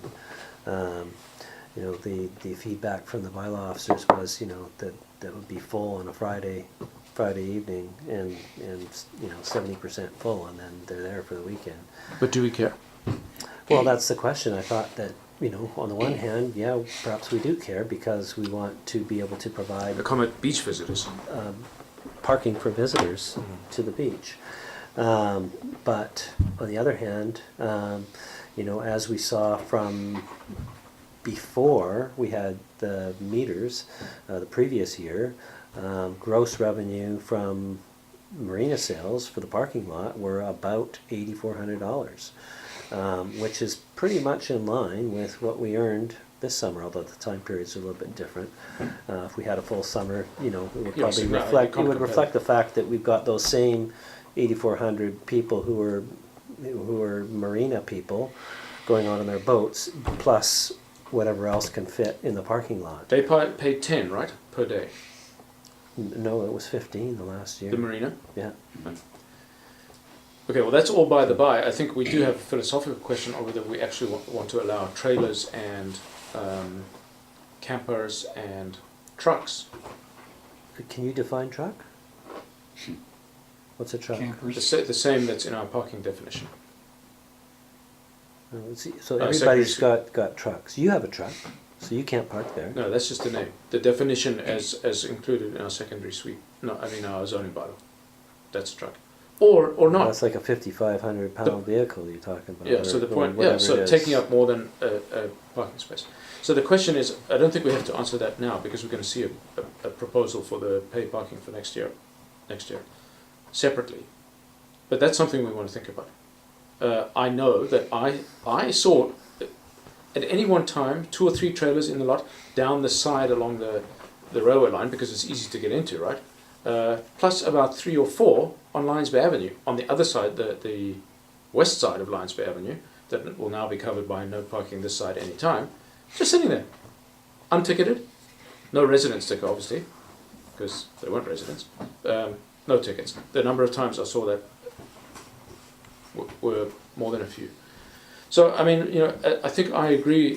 Distilling everything we see here, and the facts in the report are great, but I don't think really useful. Other than, I think it was useful for the first time to see what the average parking duration was, revenues, all that stuff. My concern is that the compliance, and I use that term advisedly rather than enforcement, was poor. We didn't have anybody enforcing the rules, so whether they worked or not was just pure coincidence. So just touch on this, on some of the vendors. Does Precise Parklink offer a service, a compliance service, right? I'll call it enforcement. The problem is that we are tied to the North Shore Bylaw Dispute Adjudication Resolution System. We're part of that system. The other aspect is that we have union work involved with bylaw enforcement. So And they are not tied to the North Shore adjudication system? who? Precise Parklink. They're bylaw No, officers. they're just a private company. So they obviously don't work on the North Shore. Not for any of the people who are Municipalities. municipalities that are part of the. That's fine. I'm sure with the correct terms of reference that our own people could do just as well as anybody. The number of people I spoke to about their experience with the bylaw officers at the beach area last summer, where essentially all they did was tell people to throw out their alcohol or to keep it hidden. I think they were, other than the times they were sitting here doing paperwork for 3 and 4 hours a pop, they were wandering around the beach. They were not enforcing the parking, so that has to change. And how we're going to do that, I don't know. Something that you talked about, a quota, can they be paid a commission? I don't think so. There's nothing in the collective agreement that would Collective agreement. allow that. Yeah. We would have to renegotiate. Yeah. Okay. Well, we could do quota. But you could do quota, right? No idea. Yeah. Well, or set an expectation. I mean, it's not disguise the word, but I'm going to guess that any one of us could randomly go to some of these targeted areas and say, here's 1, 2, 3, 4, 5, 6, 7, 8, 9, 10 violations. Anytime I looked, I saw unticketed violations. Okay, so it seems to me that there's lots of things So- to ticket. So We did have 371 parking related tickets issued. How many days? I'm not sure how many days, 90 but days. only 3 days a week. So August, 4 months actually. So now, are we talking? That's related to no pay parking violations. It's any parking related ticket, so it's, Do you have the pay parking violation one? so. Failure to display. Contravention of traffic control device, i.e. meters, 114. 114, enter. Failure to display resident permit, 240. Okay, but That's related. It's totally related. You can't distinguish the one from the other. why are they not because- the same Pardon me? number? One can be, you can be parking on the road and not have your failure display. Failure display is one of the most common tickets. It doesn't necessarily mean they were in the parking lot. But It we could be didn't have anywhere. any permit-only zones. Or did we? Yeah, we do. We got resident parking only all over the place. Fair enough. Okay. So I'm only... Okay, So- so what's the higher number? So really, this shows that they were trying to enforce having to have a resident sticker on your vehicle if you're on Lions Bay Avenue in particular, as well as at Brunswick Beach and on Seaview and Cloudview. Okay, Those what's were- that number? That was 240? 240, enter. How many weeks? Well, hang 4 on. months. There's also a few more. There's like 10 park in a no parking zone. 3 parked longer than 72 hours. 1 parked in a fire lane. 3 for expired insurance decal. And then the rest are non-parking. Okay, well, those are related. clearly none of our business. So Why they- there's basically there's 114, 240, and 17 other parking related. Well, then, so those So are all... it's a total of 371. The 240 All right, so let's say 400. Let's say 400 tickets. During the period, 12 that was... weeks. It wasn't 12 It's weeks. probably- It it's started only in... about 2.5 days a week. Yeah. How many weeks did the trial run? The trial ran for about 10 weeks, 10 from weeks. mid-July to the end of September. That's 40 a week. The tickets are written during the whole bylaw period. Yeah, that wouldn't These be are total just wouldn't be tickets. just the metered period. The tickets would have been written starting in June. I'm when giving they you started. 400 tickets in just the metered period to be the most generous of all. Mhm. I can divide it by longer if you like, but I won't. 2.5 days a week. That's 16 tickets a day. Mhm. Come on. Did you I saw 16 just by opening my eyes. At any one time, I could go and get you 16 tickets by driving down one street in Lions Bay. So these guys were not doing their jobs, but I don't think anybody here thinks they were. So So it takes time to write each ticket. It takes time to process. They have to also come here. They have to input all those tickets. okay, so here's my next There question. is paperwork, and there's validity to them being here, and there's validity to them speaking with each other, passing on their notes, doing the handover, all that kind of thing as well. So there is administrative work involved, Carl. So the app doesn't issue tickets by printing out something on their belt-mounted printer. Okay, there's any number of apps that do. Most vendors provide that. Goes straight into a database, no paperwork ever. They don't need to come to the office and write up the ticket book. So I'd like to see that in the proposal for paid parking. Peter, is your suggestion that using Carl's math, let's say that that's our kind of our benchmark, are you saying that 16 tickets a day is the other person's topped out? I don't know, not having ever done it, so, and I'd have to check and see what other. At 16 is what generous. other It was. places. I bet you it was way less than 400 for this for the Some violators. days on a rainy day, they might not have any. I mean, they can't That's be true. everywhere at the same Yeah. time. I mean, Yeah. we pay them a lot of kilometers. You may think they're in the office, but Well, they if you want to drive do all it the over way the full around. period, it's 20. It's Yeah. 8 tickets a day. But it's a presence, and I thought it wasn't a moneymaker. It was compliance. So Well, I I mean, saw they're- all I saw was lack of compliance, and there's no surprise because it was unenforced. All I saw was people messing with our parking requirements, messing with the plan. I don't care about the money. In fact, I'd let them do it for free if we could put a clamp on them or something to make it really inconvenient to mess with us. And our bylaw guys were not doing anything. So we will need to see some proposal that will really address that aspect of the issue. For example, a counter, automated counter entering the lot. That will give us a benchmark that there's this many parkers, we sold this many tickets, the rest of them should have had a ticket. And if they don't, I want to know why. If we had 70 people entering the lot and 30 tickets, parking prices were sold, that means right there, 40 people should have a ticket. And I want to know why if he didn't. we weren't under the impression that people were parking without tickets. Yeah, that's. Yeah. Have you not been listening to what I've just been saying? I walked down Lions Bay Avenue once, We're not the whole talking summer. We're talking about the Lions parking Bay lot. We're Avenue. talking about the parking lot. I don't think people were going into the metered spot. And How would I know? Because no, the feedback we were getting was, "Oh, I'm so glad you have a meter. I can finally park somewhere, and I can pay for the parking." Most- And I didn't get any impression at all. There were I'm not the police. I went through the parking lot about 4 times.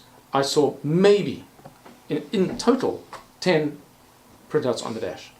I assumed the rest were using virtual pay. And now here, we see in the report, nobody used virtual pay. But you didn't have to stick the ticket on the dash.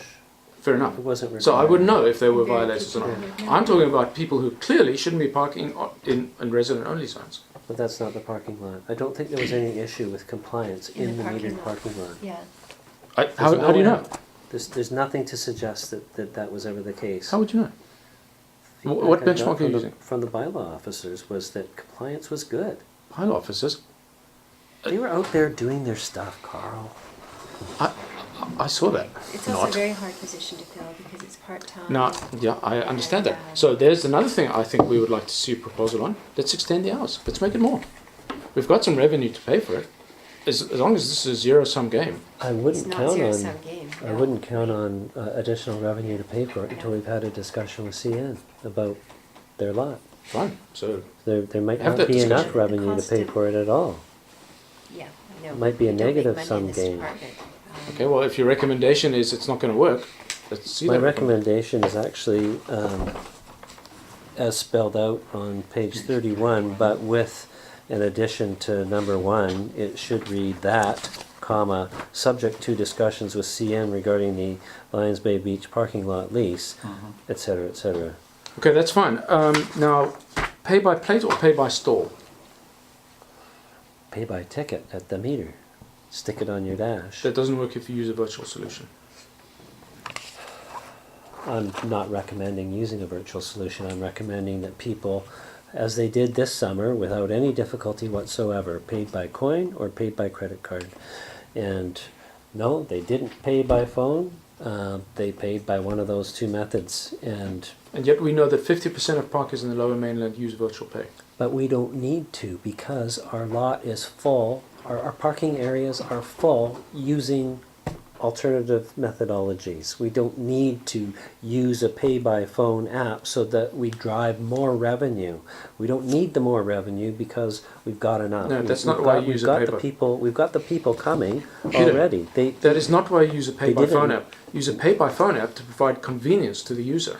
They didn't not park because How do we you know? didn't offer that. How do you know that?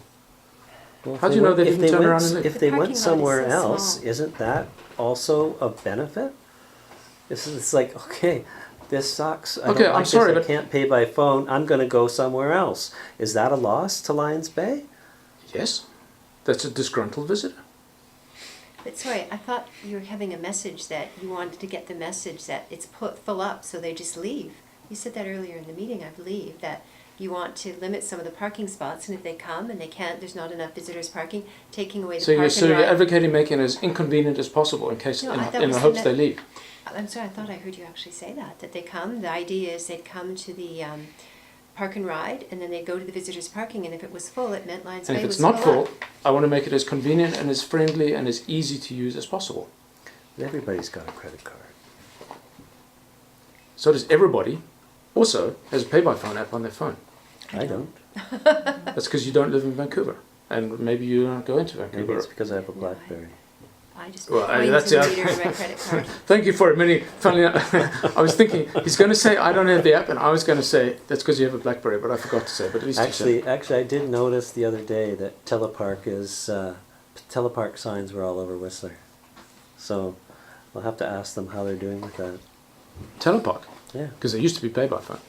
I've seen telepark on their meters Hmm. and precise parking.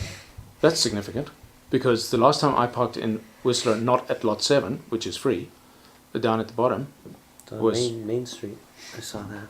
Yeah, okay, fair enough. Okay, so the recommendations are in front of us, and I'll just, what I would move is that we go with all of them up to number 4. The rest can be a separate thing. I don't disagree with providing feedback via the village update. I don't disagree with Bear Smart Garbage. Don't disagree with number of hours. or maybe I do. I would like to see that actually, and that.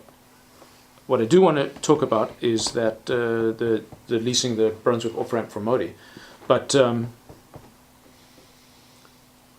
I would only suggest that I would like recommendation number 1 to say, and a better virtual pay solution. I'll take your point that maybe we don't have a virtual pay solution. I don't like that very much for the reasons I've been now stated quite vehemently, is that I'm trying to increase the convenience of visitors to Lions Bay so that Lions Bay doesn't look like a bunch of grumpy people who still hanker after the days when the beach was private, which quite a few people do, judging by the Beach Park survey results. But I'm fine with all of these recommendations, except to say that I don't think we need 5, 6, and I don't know about 8. So what does council think about the suggestion to try and lease the space 5, from? 6, and 8 were the ones you weren't in favor of? Yeah, I would just suggest we treat those separately rather than resolve those here and now. What do you mean by separately? Another time. I don't think we have to resolve that residents be requested to provide feedback to this report. And I don't really think we want residents. This is not a report that residents can feedback to. Well, it's also that they be surveyed regarding their preferences for style of resident parking passes.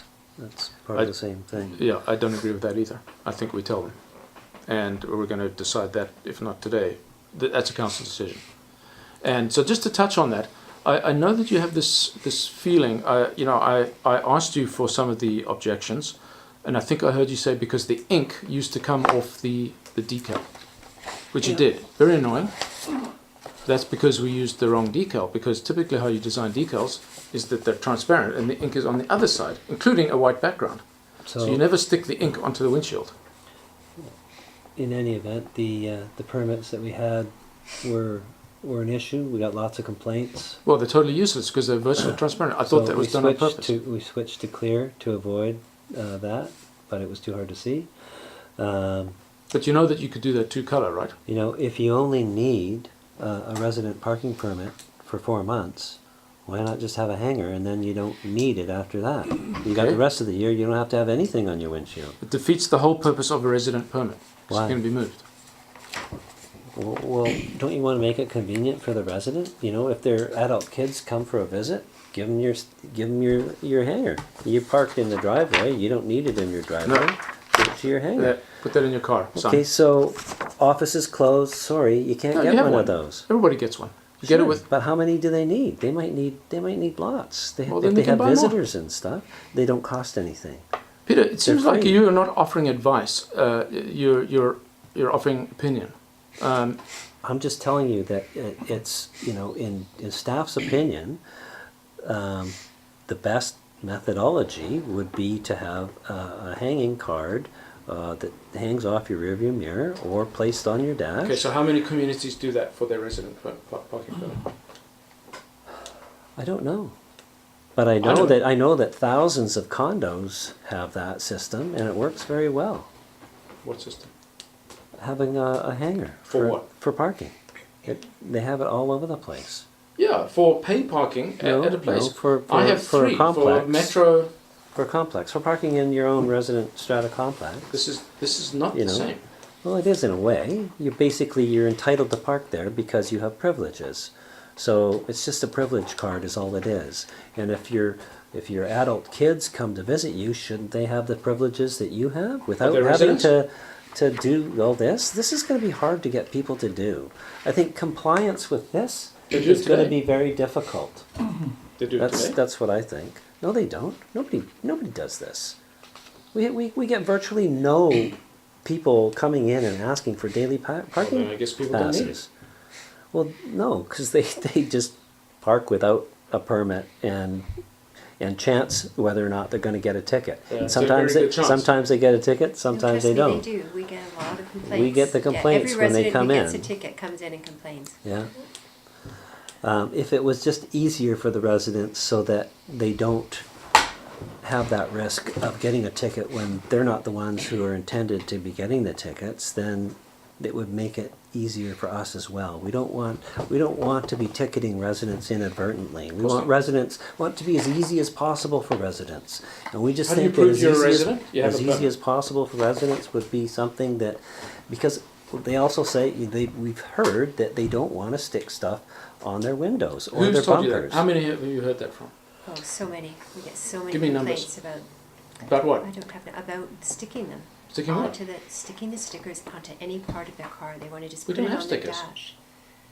We ask them to put it on their front window and they keep it on the dash because they don't want it, and I don't think we could, anyone And put you know why? anything on their bumper. Because they're old-timers. Very concerned about no, these are young people. They've been in Lions Bay a while. They remember the ink coming off from their windshield, which, believe you me, I still got ink on my windshield from 4 years ago. It doesn't But come it's off. not just the ink, they just don't, they want to provide the pass to their family. But we do think, staff did have feedback just from, we think there'd be strong objection to putting a sticker on the back bumper. Like this, you mean? Oh gosh, well, these people. And I think seem- that's why we wanted the public input. I'm just taking the feedback that we get. We get a lot of phone calls. Is there a lot of a complaints. problem with asking residents what they would prefer? We've already done it. It's in the survey, When? Which survey? the one we did 2 years ago. People I don't objected remember to that. people handing over their passes to non-residents. People complained about their passes getting stolen through open windows. There were 3 main objections to movable decals. Can't remember what the third one is offhand. Ron. Not on the decals, but I get your point in this one. A quick review of the survey would yield the answer. In terms of moving this piece along, so I understand your point number 5. For point number 6 and point number 8, what are your reasons for opposition to those? Well, I just don't know if 8 would work, and I don't think we are seeking to encourage provision of parking at Brunswick. Now, I know people park there anyway. Yeah, I just thought that if we can't do anything about it, we might as well try to regulate you can't it beat and them, join them. control it ourselves. And I don't know, if that's going to go anywhere, but For me, I am trying to move this on a bit here. I would be fine with that, because we don't know what we're gonna get, and if they say forget it, then that's a dead issue anyhow. What was about the Bear Smart garbage and recycling over at Kelvin Grove? What's your I don't think thoughts? that's anything to do with parking. Pay parking. Peter? yeah, it was something that came up quite a bit. So that's why it made its way in. It's not strictly I mean, it's an offshoot of people going there to park and going to the Lots of cliff alcohol, jumping. bottles and cans. Yeah, it was a real No, I know, problem I area know. and real issue for the bylaw enforcement. I just don't think officers we as well. resolve that. I don't think that's a council resolution. Unless we're talking about an entirely new garbage solution, the one that's being investigated for the beach park, which, Fred, I don't know if you even heard about this, because Ron and I heard this, and I heard it on the committee. So they have them at Horseshoe Bay. The garbage can goes The bag? 15 feet underground. It's a long tube with a 15-foot long bag. So, you throw it in and it just keeps going. And then Heister picks it up. a crane comes and takes it out. Now, if we could get ourselves on the roster of the guy who comes to pick it out on a daily basis, that might be interesting to us. If I may, back to this. Sorry.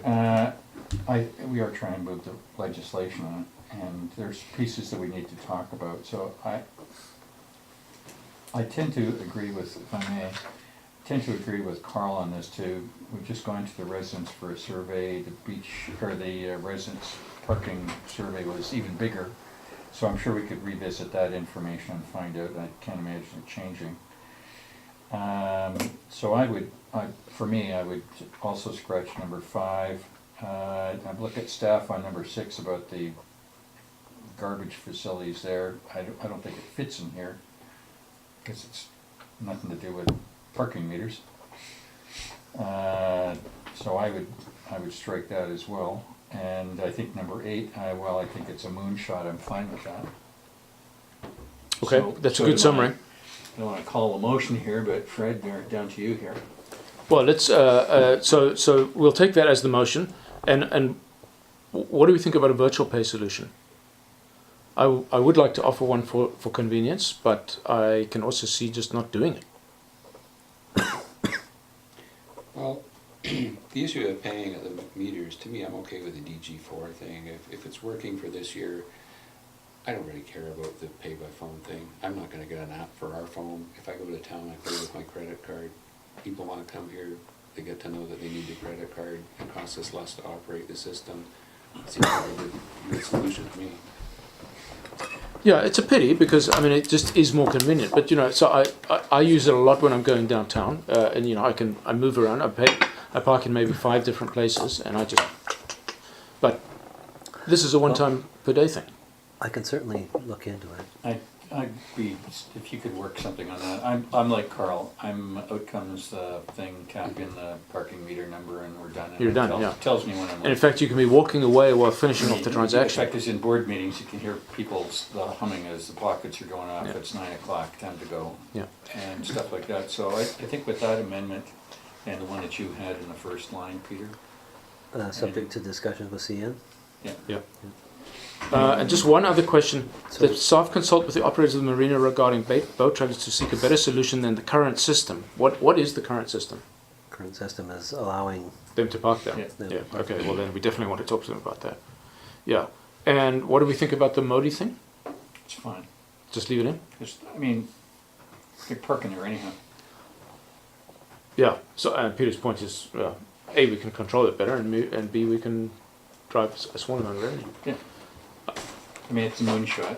Well, the one thing that I found particularly surprising, and that came out in this report, and also by observation, is how loath people are to pay for parking, even if it's completely nominal. They will drive around and spend $8 worth of gas. Have you ever been to White Rock? It's worse. It's amazing to me how people will park in the most inconvenient spot to avoid. In fact, I used to think if I wanted to walk on the White Rock Pier, I'd have to go to Crescent Beach, but I think they've figured it out now too. Isn't it amazing? Okay, so we need a second on that one, in that I've moved it. Will you be able to amend the motion So according to I just discussion? want to be clear as to what you're moving. Is it one as amended regarding discussion with CN regarding the lease? And a virtual solution. And checking to see if there's Yep. something, if we can upgrade the virtual pay solution. Yep. 2 as written, Yep. 3 as is, Yep. 4 as is, X5, X6, is 7 in or out? 7's in. Okay, Eight, and and 8 eight's in. is in, Yeah, okay. that's right. That's what I had. So that's the second, Ron? Yep. Okay. Any further discussion? I'll call the question. Everybody know what we're doing on? That's a yay? Yep. That, what's the word I'm looking for? Not passes, carries. Okay, thanks. I think the piece here as a takeaway, and these aren't our people, I think the enforcement council, I didn't hear Fred say it, but I did, and Carl did, I feel that enforcement is lacking. I'm not going to suggest that our supervision doesn't have a handle on their folks, but sometimes the numbers don't fit, and we're disparity with what Carl observes. So I think somewhere down the road, I'd be interested in kind of the day of a life, and how many tickets could, I mean, he or they are not here, you can't tell me either, how many can they write? What's the right kind of thing? So, and somewhere down the road, let's say midsummer, we do the bylaw officer 101 for council kind of thing. Yeah, I mean, I've mentioned this to Peter before, I really want to see, I would prefer for these people to be conceptualized in our heads as BCOs, bylaw compliance officers. I'm not interested in the number of tickets issued, I'm interested in the results being achieved, but that's exactly what we can see, and if it's tickets being issued, so be it. But really, I just don't want to see non-residents parked Well, the 400 meters down the Lions tickets Bay are a result of utter failure. I suppose. But That's a good point. there you go. So best efforts, signage, the whole 9 yards. If it's working, everything's ticking along and Yeah. the guy can Well, be that would virtual. be like your park for pay, it's virtual. Yeah, so the other thing I would just suggest, Peter, is when you're talking to the vendor, see if they can do some sort of counting thing. Just to give us a baseline so we know how many tickets we should be seeing. When I say tickets, I don't mean enforcement tickets, I And- mean pay parking tickets. And for me, Peter, that can come as an oral piece somewhere, but. No, well, we're going to get a proposal for Yeah. 2018, so that All needs right. to be in the proposal. Steve? One thing if I could add, I saw in the report that the bylaw enforcement officers were concerned about young males around Calvin Grove who were drunk and disorderly and made it difficult to enforce. Do they not have the access to the RCMP where if there's a problem, they call them right away? I mean, it shouldn't be a problem, I Yeah. don't think. They should be calling in those situations. Yeah. I know that there were 1 or 2 occasions this summer where they did call the RCMP. But I think that's probably, they probably look at that as last resort. They shouldn't. But They're our police, they're our community police. I mean, if we were to take the money that we pay to the RCMP and hire our own guy, who would also be a bylaw officer, by the way, I think we could get a semi-retired police officer. Now, admittedly, vehicle and everything, I don't think we can do it for the same money, but we want friendly policeman plod walking around the place, helping people. The bylaw officer's job is to enforce the bylaws. So, yeah, I mean, I actually wrote down here fast tickets, meaning, a handheld, bing, bing, bing, here's your ticket, goodbye, before the guy has a chance to even realize in his drunken stupor what's going on with him. Well, The other thing was call the police. Well, my concern is bylaw enforcement officers aren't prepared to deal with confrontations, like physical confrontations. Nor should they, The police going to handle it far better. Yeah. And we don't want these guys getting hurt. yeah, Well, one of the things is that maybe we can sort of agitate or advocate for an increased police presence in the summer. It's only 2.5 months, 3 months. They owe us. We pay our taxes. 180,000 a year. And that's what we pay for police. So, I mean, what does a police officer and vehicle cost? About 170. Well, where is he? Or she? Right? Do you know the numbers, Pam, off the top of your head? No, I don't. Because, I mean, obviously the vehicle is not just the vehicle, it's got to be maintained, and there's training, and there's Justice Institute, and guns, and tasers, and... We also have the link of all the organization of the RCMP behind each member that comes Exactly. out on the field. Well, I'm sure there'd be mutual aid, but we never see them. Every now and again I see them hiding behind the crash barrels giving out tickets. Well, that's not what we need. As I said to them, I'm not very interested in how many speeding tickets. I want you sitting on the bridge to slow everybody down. And can you sit there for 6 hours a day, please? Cardboard cutout would be fine. But they just don't get it. The mentality is not compliance. Call the Arts Council.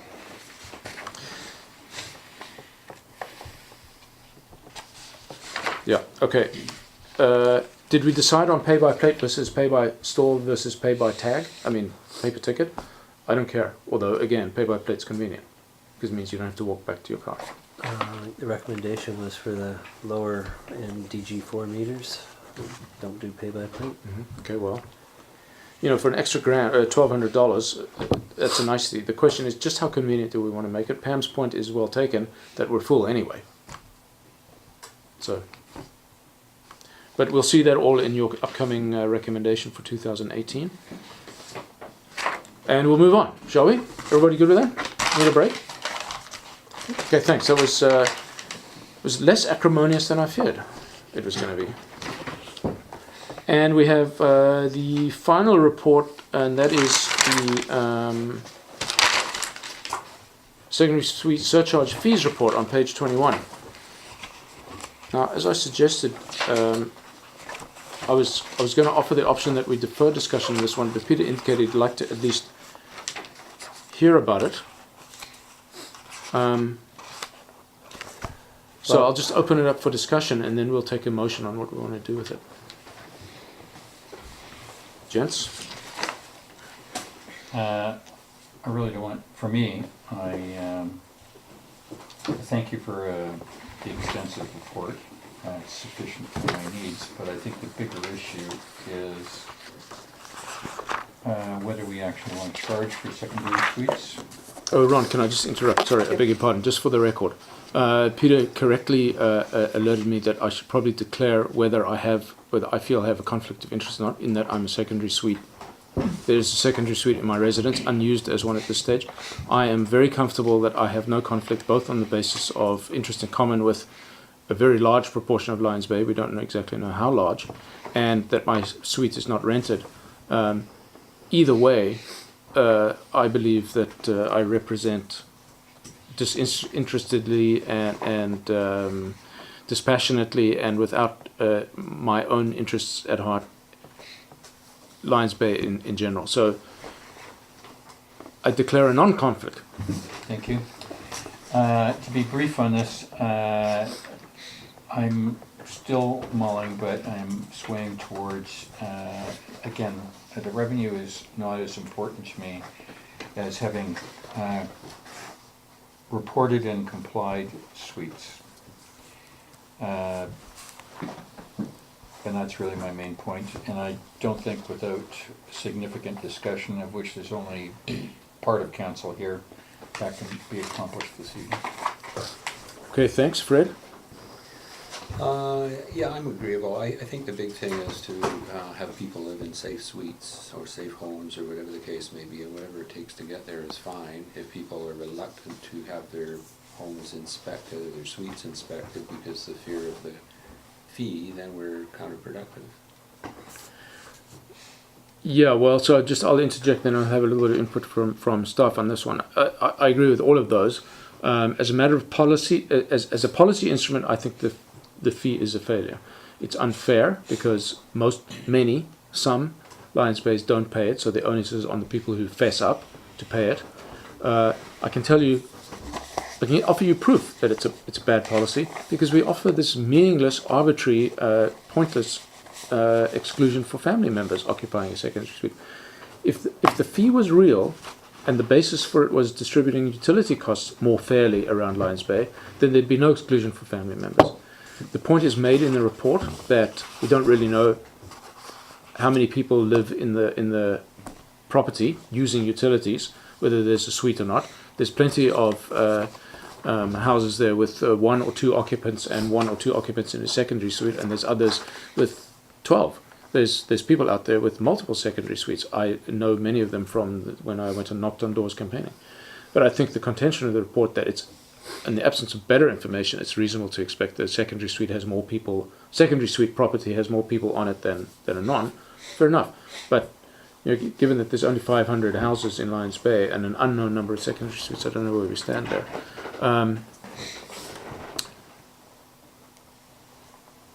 So I object to the fee itself on a policy basis. I think it's fundamentally unfair.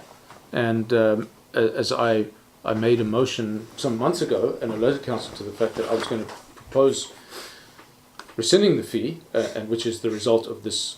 The result of that was this report, which we asked for. We're sort of at the point where we are with fairly thorough. Some statements that I actually dispute quite assuredly. Assumptions, leading logic, and so on and so forth. But all in all, I think we get some sort of coverage. The only thing I object to in the report is that it doesn't address this intrinsic unfairness. Maybe it can't, I don't know. So that's my position on the report as it is. And I think there's probably enough to say now. Peter? Okay, thank you. Just a couple of things. One is, just want to note as noted in the report, the OCP policy that secondary suite owners were expected to make a fair contribution to the cost of services through municipal taxes. That's one thing. The other thing was that... Where is that, Peter? Sorry, that's on page 22. Yeah. Policies and actions for managing development. Yes, okay, got it, thank you. With respect to the report, Councillor Baines made a comment that people may be avoiding getting their suites inspected to avoid the fee, but that's not the conclusion of staff in the report. The conclusion is that they're avoiding getting their units inspected because they're afraid of the cost of compliance with those minimum safety requirements. I buy that, and that's a problem. Yeah, and so that's why you see the recommendation number one, that we communicate better with residents that, you know, how important it is to comply with those minimum safety requirements, and that there are ways that one can address that without ripping out your nice cedar ceiling. There's a stain you can put, for instance, on your ceiling that is fire retardant. So, you know, it's not that expensive to do. So there are a number of different workarounds that the building inspector can assist people with, and I think we need to let people know that, hey, we're willing to work with them. You know, the overriding concern is safety, and we want to see them have approved secondary suites, and we're willing to help them get there. But we do need them to comply. And so then the follow-up to that, of course, is if they don't comply, then council has to be at the ready with enforcing, and that means, you know, graduated enforcement and, you know, putting sections 57 on title, and if necessary, getting a court injunction to shut down a suite that's non-compliant for safety requirements. So that's something that, you know, staff will be looking to council to support. The other thing is in terms of the whole whether or not it's intrinsically fair or not. Really, we have no way of comparing. You know, is a secondary suite, a property with a secondary suite, going to have more occupants than a house without a secondary suite? Sometimes yes, sometimes no. But the only thing we really can look to is that there are more occupants than if there was no secondary suite at all. And I think that sort of speaks to the OCP requirement or desire that people, you know, pay a fair amount. In a given house, yeah. What a fair amount is, I don't know. But that's But sort so, of so just to interject, that's a very good point. And you're right. In a given house, if there wasn't a suite, there'd be fewer people.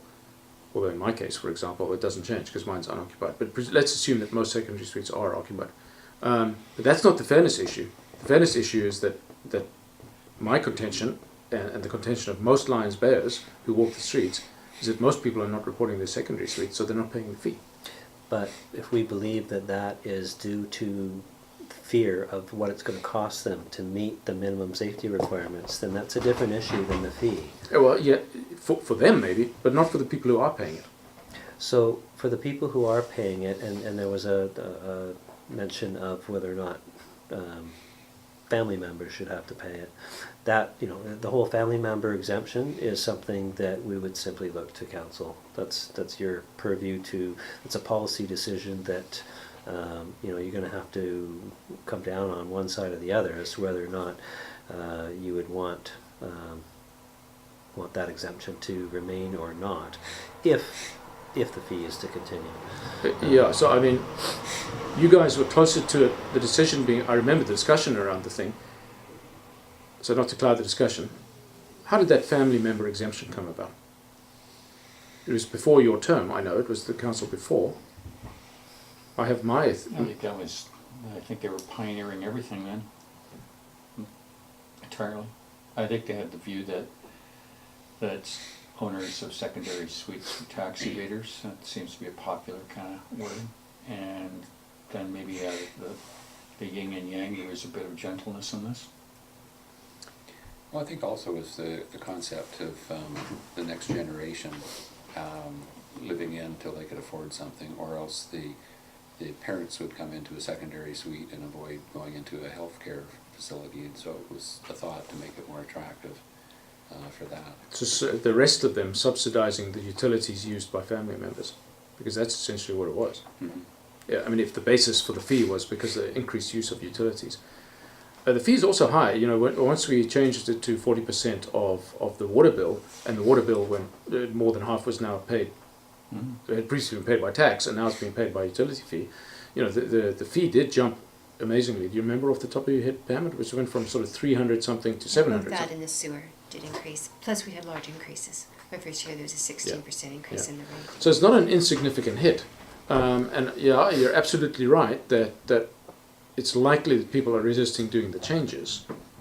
But removing the fee is one less reason not to fess up. But yeah, I mean, I wouldn't jump to the conclusion that you you should toss out the 20,000 in revenue, currently 20,000, hopefully more as more and more people comply, but throwing that out with the bathwater in the hopes that that's going to encourage more people to comply. Because, Well, we're not throwing out the revenue. because we don't think, yeah, you would be. If No, you- it gets redistributed over all users, evenly. We have to make up the revenue. I've lost that revenue, so the rates will go up. Mhm. Yeah. No, the rates will stay. The rates will. I have to make up the 20,000. You're gonna make Yeah. up to 20 grand. The rates will go up slightly to But in distribute that $28,000 over 500 users. I Let's think just do on this that. one, there's a whole bunch of philosophical things here. I think the key piece for me, other than what I would hope that we come to a kind of quick draw on this one. Mhm.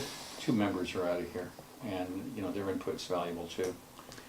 Well, yeah, we can't keep deferring important discussions for other people. We do that on really important things. I'm prepared to take a motion on this one, unless whether that motion is to defer discussion or make a proposition.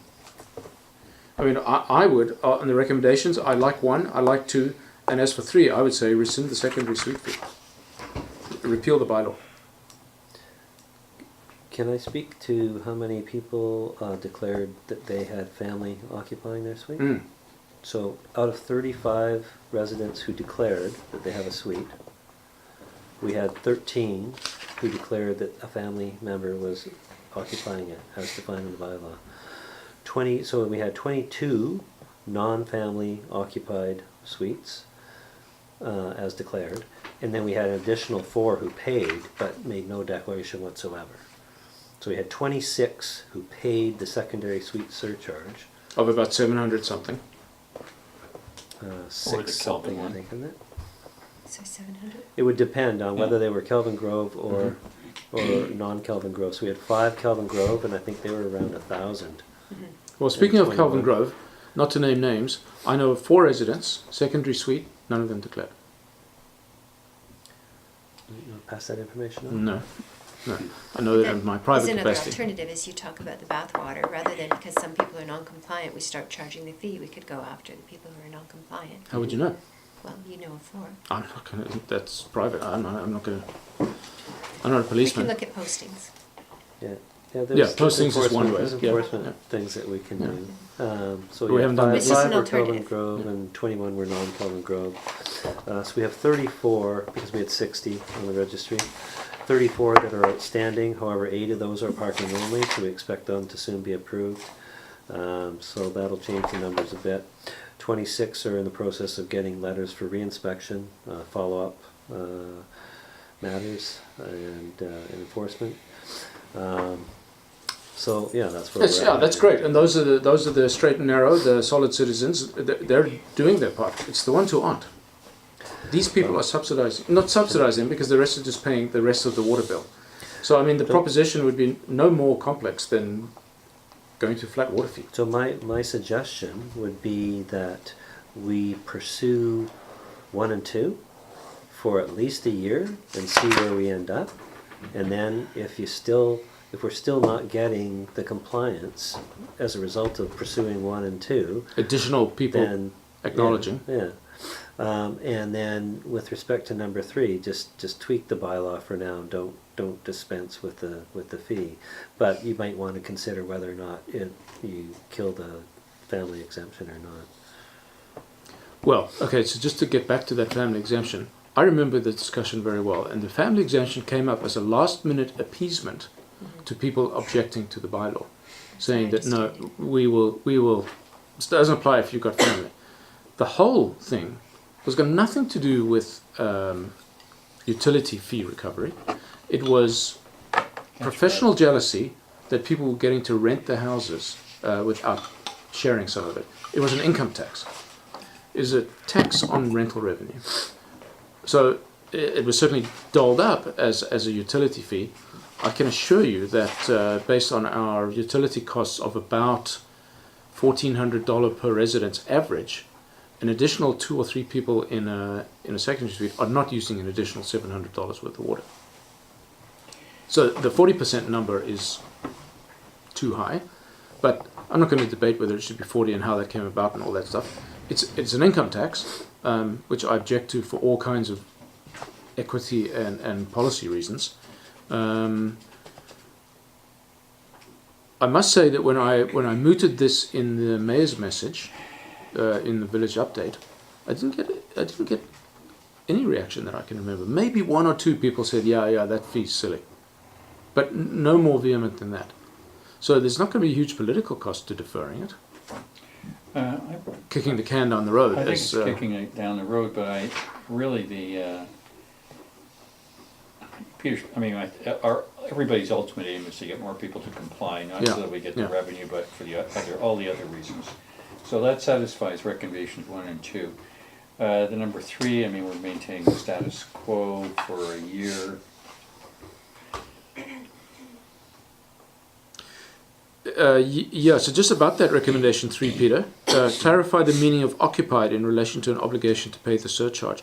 Is that in the secondary fee surcharge bylaw, or is that in the secondary suite bylaw?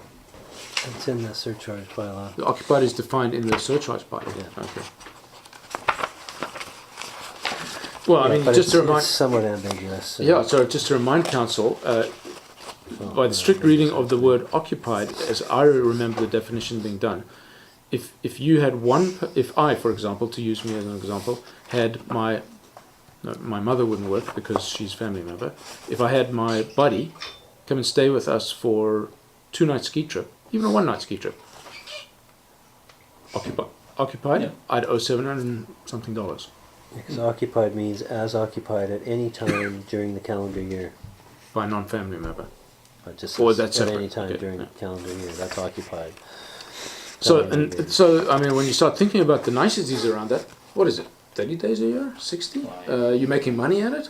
I mean, I know that I've heard saying if you sell it, if you do it for free, but that's not the point. The point is they're using the utilities. That's the whole point of the fee.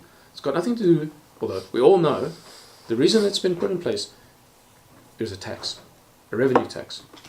So whether I rent it to my friend or give it to him for free as my guest suite is irrelevant. So, Well, except that, you know, if there's anyone occupying it, then we want to make sure that it's safe to inhabit. Right? so mine's So compliant. whether I had it there's inspected. a fee or not. So we don't want to tie occupied I to a think fee. everybody here says exactly that. We all want to see the thing inspected. And But maybe occupied. because I didn't even have to fess up because I don't have an occupied secondary suite. But I did. I called and I said, hey, what's this inspection thing? And it cost me, I don't know, $2,000. Fire doors and some smoke alarms. Can't remember. So really, if I can interject here, the arm wrestling point is if we go as Peter suggests and Kick the can. kick the can, basically the financial status quo remains the same, and and the hope is that people come forward. Yeah, I mean, we're debating this thing more than you wanted to, Ron, I know. Well, I'm going to the point that we're now pretty invested here. Yeah. So, I'm Peter, into can I the just ask you, conclusion now? can I really ask you some, if we're doing that, on page 22, you said 60 secondary suites, but that's not the numbers you just gave us there. Yeah. That all adds up to 60? So we have 26 who paid the secondary suite surcharge, and we have 34 that did Okay, not, that okay. are outstanding, not approved yet. So we know our, So we have 60 in We total. know our family members. No, No, family is we only know our- 13. enterprises. We have 34 that we know are secondary suites that have been inspected at least once. And are paying the fee. No, not No. necessarily. We only have 28 approved, plus 7 that are parking only. What's parking there? Parking being the issue only. No, I'm one of those. Not But I don't have safety an so I'm requirement. cool. They're No, you're- non-compliant, just that's the Yeah. point, so now they'll be compliant. Yeah. That's the only non-compliant point. Okay, so that was the one thing. Yes, yeah. All right, I'm ready to go with Peter's recommendation. I can swallow it for 1 year, but if I don't see stuff, then it puts the. All right, that's fine. I'm going there as well. Although I hate to kick this down the road. Well, I don't I like told to- the public that we'd do something about this, and now we're kicking the damn can. But if the municipality is to continue allowing retrofitted secondary suites, we allow them now. What does retrofitted mean? Not built from scratch. Oh, okay, fine. Okay. Complaints received are never about the fees, they're about the compliance requirements or the utility bill itself. Isn't that the fees? The utility bill? This is page 24 now I'm looking.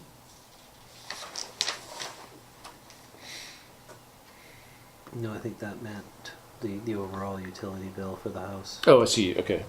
Yeah, fine. Okay. Yeah, Okay. 40% were one of the lower municipalities as a percentage of the fee. So let's just get a temperature here. Fred, what's your preference? I think we're both good on, we're all good Yeah. on 1 and 2. What's your preference on 3? Refer it, kick the can down the road, let's call a spade, or rescind the bylaw and just have done with it. Well, I'm not hard either way on it. If I am in favor of what Peter's saying on 1 and 2, and if he can get compliance through 1 and 2, then what we do with a number 3, I don't know. We can have a look at it sometime later. Okay, well, fine. That would include looking at the 40%. Yeah, I To could get some equity on that. I could address that because I'll have to come back with recommendations on amendments to the bylaw in any event. Well, good luck with the occupied. Well, I'm kind of thinking maybe it needs to relate more to, occupied for 1 month or more during a calendar year, something like that. A lot of other municipalities seem to use 28 days or 1 month for various things.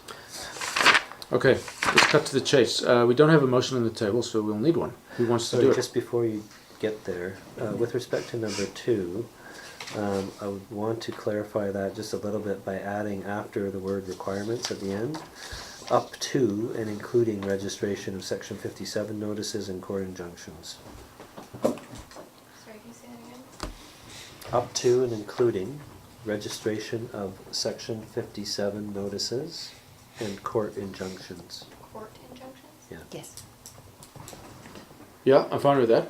Let's put some teeth on ourselves. Let's man up. You too, Pam. Okay. Who wants to make a motion in that regard, as amended? We have a motion. Second. It's been seconded. Any discussion? I will call the question. All those in favour? I'm opposed. Note in minutes, please. Sorry, so number 3 is not included. No, it's all full recommendation. Yeah, full recommendation as amended. Number 3 is in there too. Mayor Burr opposed. Okay, so let us proceed. Whew. That's good. Anybody need a break? Yeah, All good? Nobody's taking a break. Okay. Okay, no reports from the mayor, no reports from council committees. Let's whip through these ones. Ron, the Trees, Views and Landscapes Committee. The data is here. As is the tree committee, supports this for application number 83. Thanks. Did I read in here that staff objected to this one? Or was it the next one? Staff, the only consideration staff had is that if the trees are removed, that a replanting plan be proposed, and staff will provide the resident Okay, so that's what I read. three different Yeah. types, and cost will be considered. So low cost, low growing evergreen shrub. So this is a duplication of number 2, which is app 82. So, Okay, so I don't see any neighbor forms in this. It says here, spoken to the surrounding neighbors, no objections. That's very comforting for the applicant to say that, but where are the neighbor forms? I'm not sure. Were they, I mean, Should be there. should be there. well, the package may have been thinned down. I would have seen it when I was at roadside. So you are confident we have written acceptances from affected neighbors as Well, I couldn't defined? imagine staff signing off for it to make it this far. I just can't recollect. This is the exact package that went to the tree committee. I just copy and pasted it. So no, Maybe just break for a second, go grab the 2 yeah, files. it's just a motion to, what is it again? Adjourn? Second, all in favor, opposed, carried? So that's 83, 82 here. Okay, after a brief hiatus, we're resuming the meeting at 9:25. Have Having found the necessary documents, we can now consider the tree application number. Number 83-307 Bayview, and just for clarity on this one, the works manager and I, he had it correct. So it should read that as requested, the applicant is permitted to cut and clean the specified trees. All wood and debris must be removed. That replanting is required with dwarf evergreens. Public Works to give the applicant 3 choices of dwarf evergreens. Cost consideration to be taken into account. Is the recommendation. Okay, so essentially the paragraph for the application below applies to this one too. It should have applied to that one. The number 2 on 82, it does not apply. Oh, I see. Okay, so you've got that, Shauna? So it's on both. I'll give it No, to you. it's only on the first one. I'll give it to you in a second. It's on on the native. first one, but not on after Yes. 82. Correct. Correct.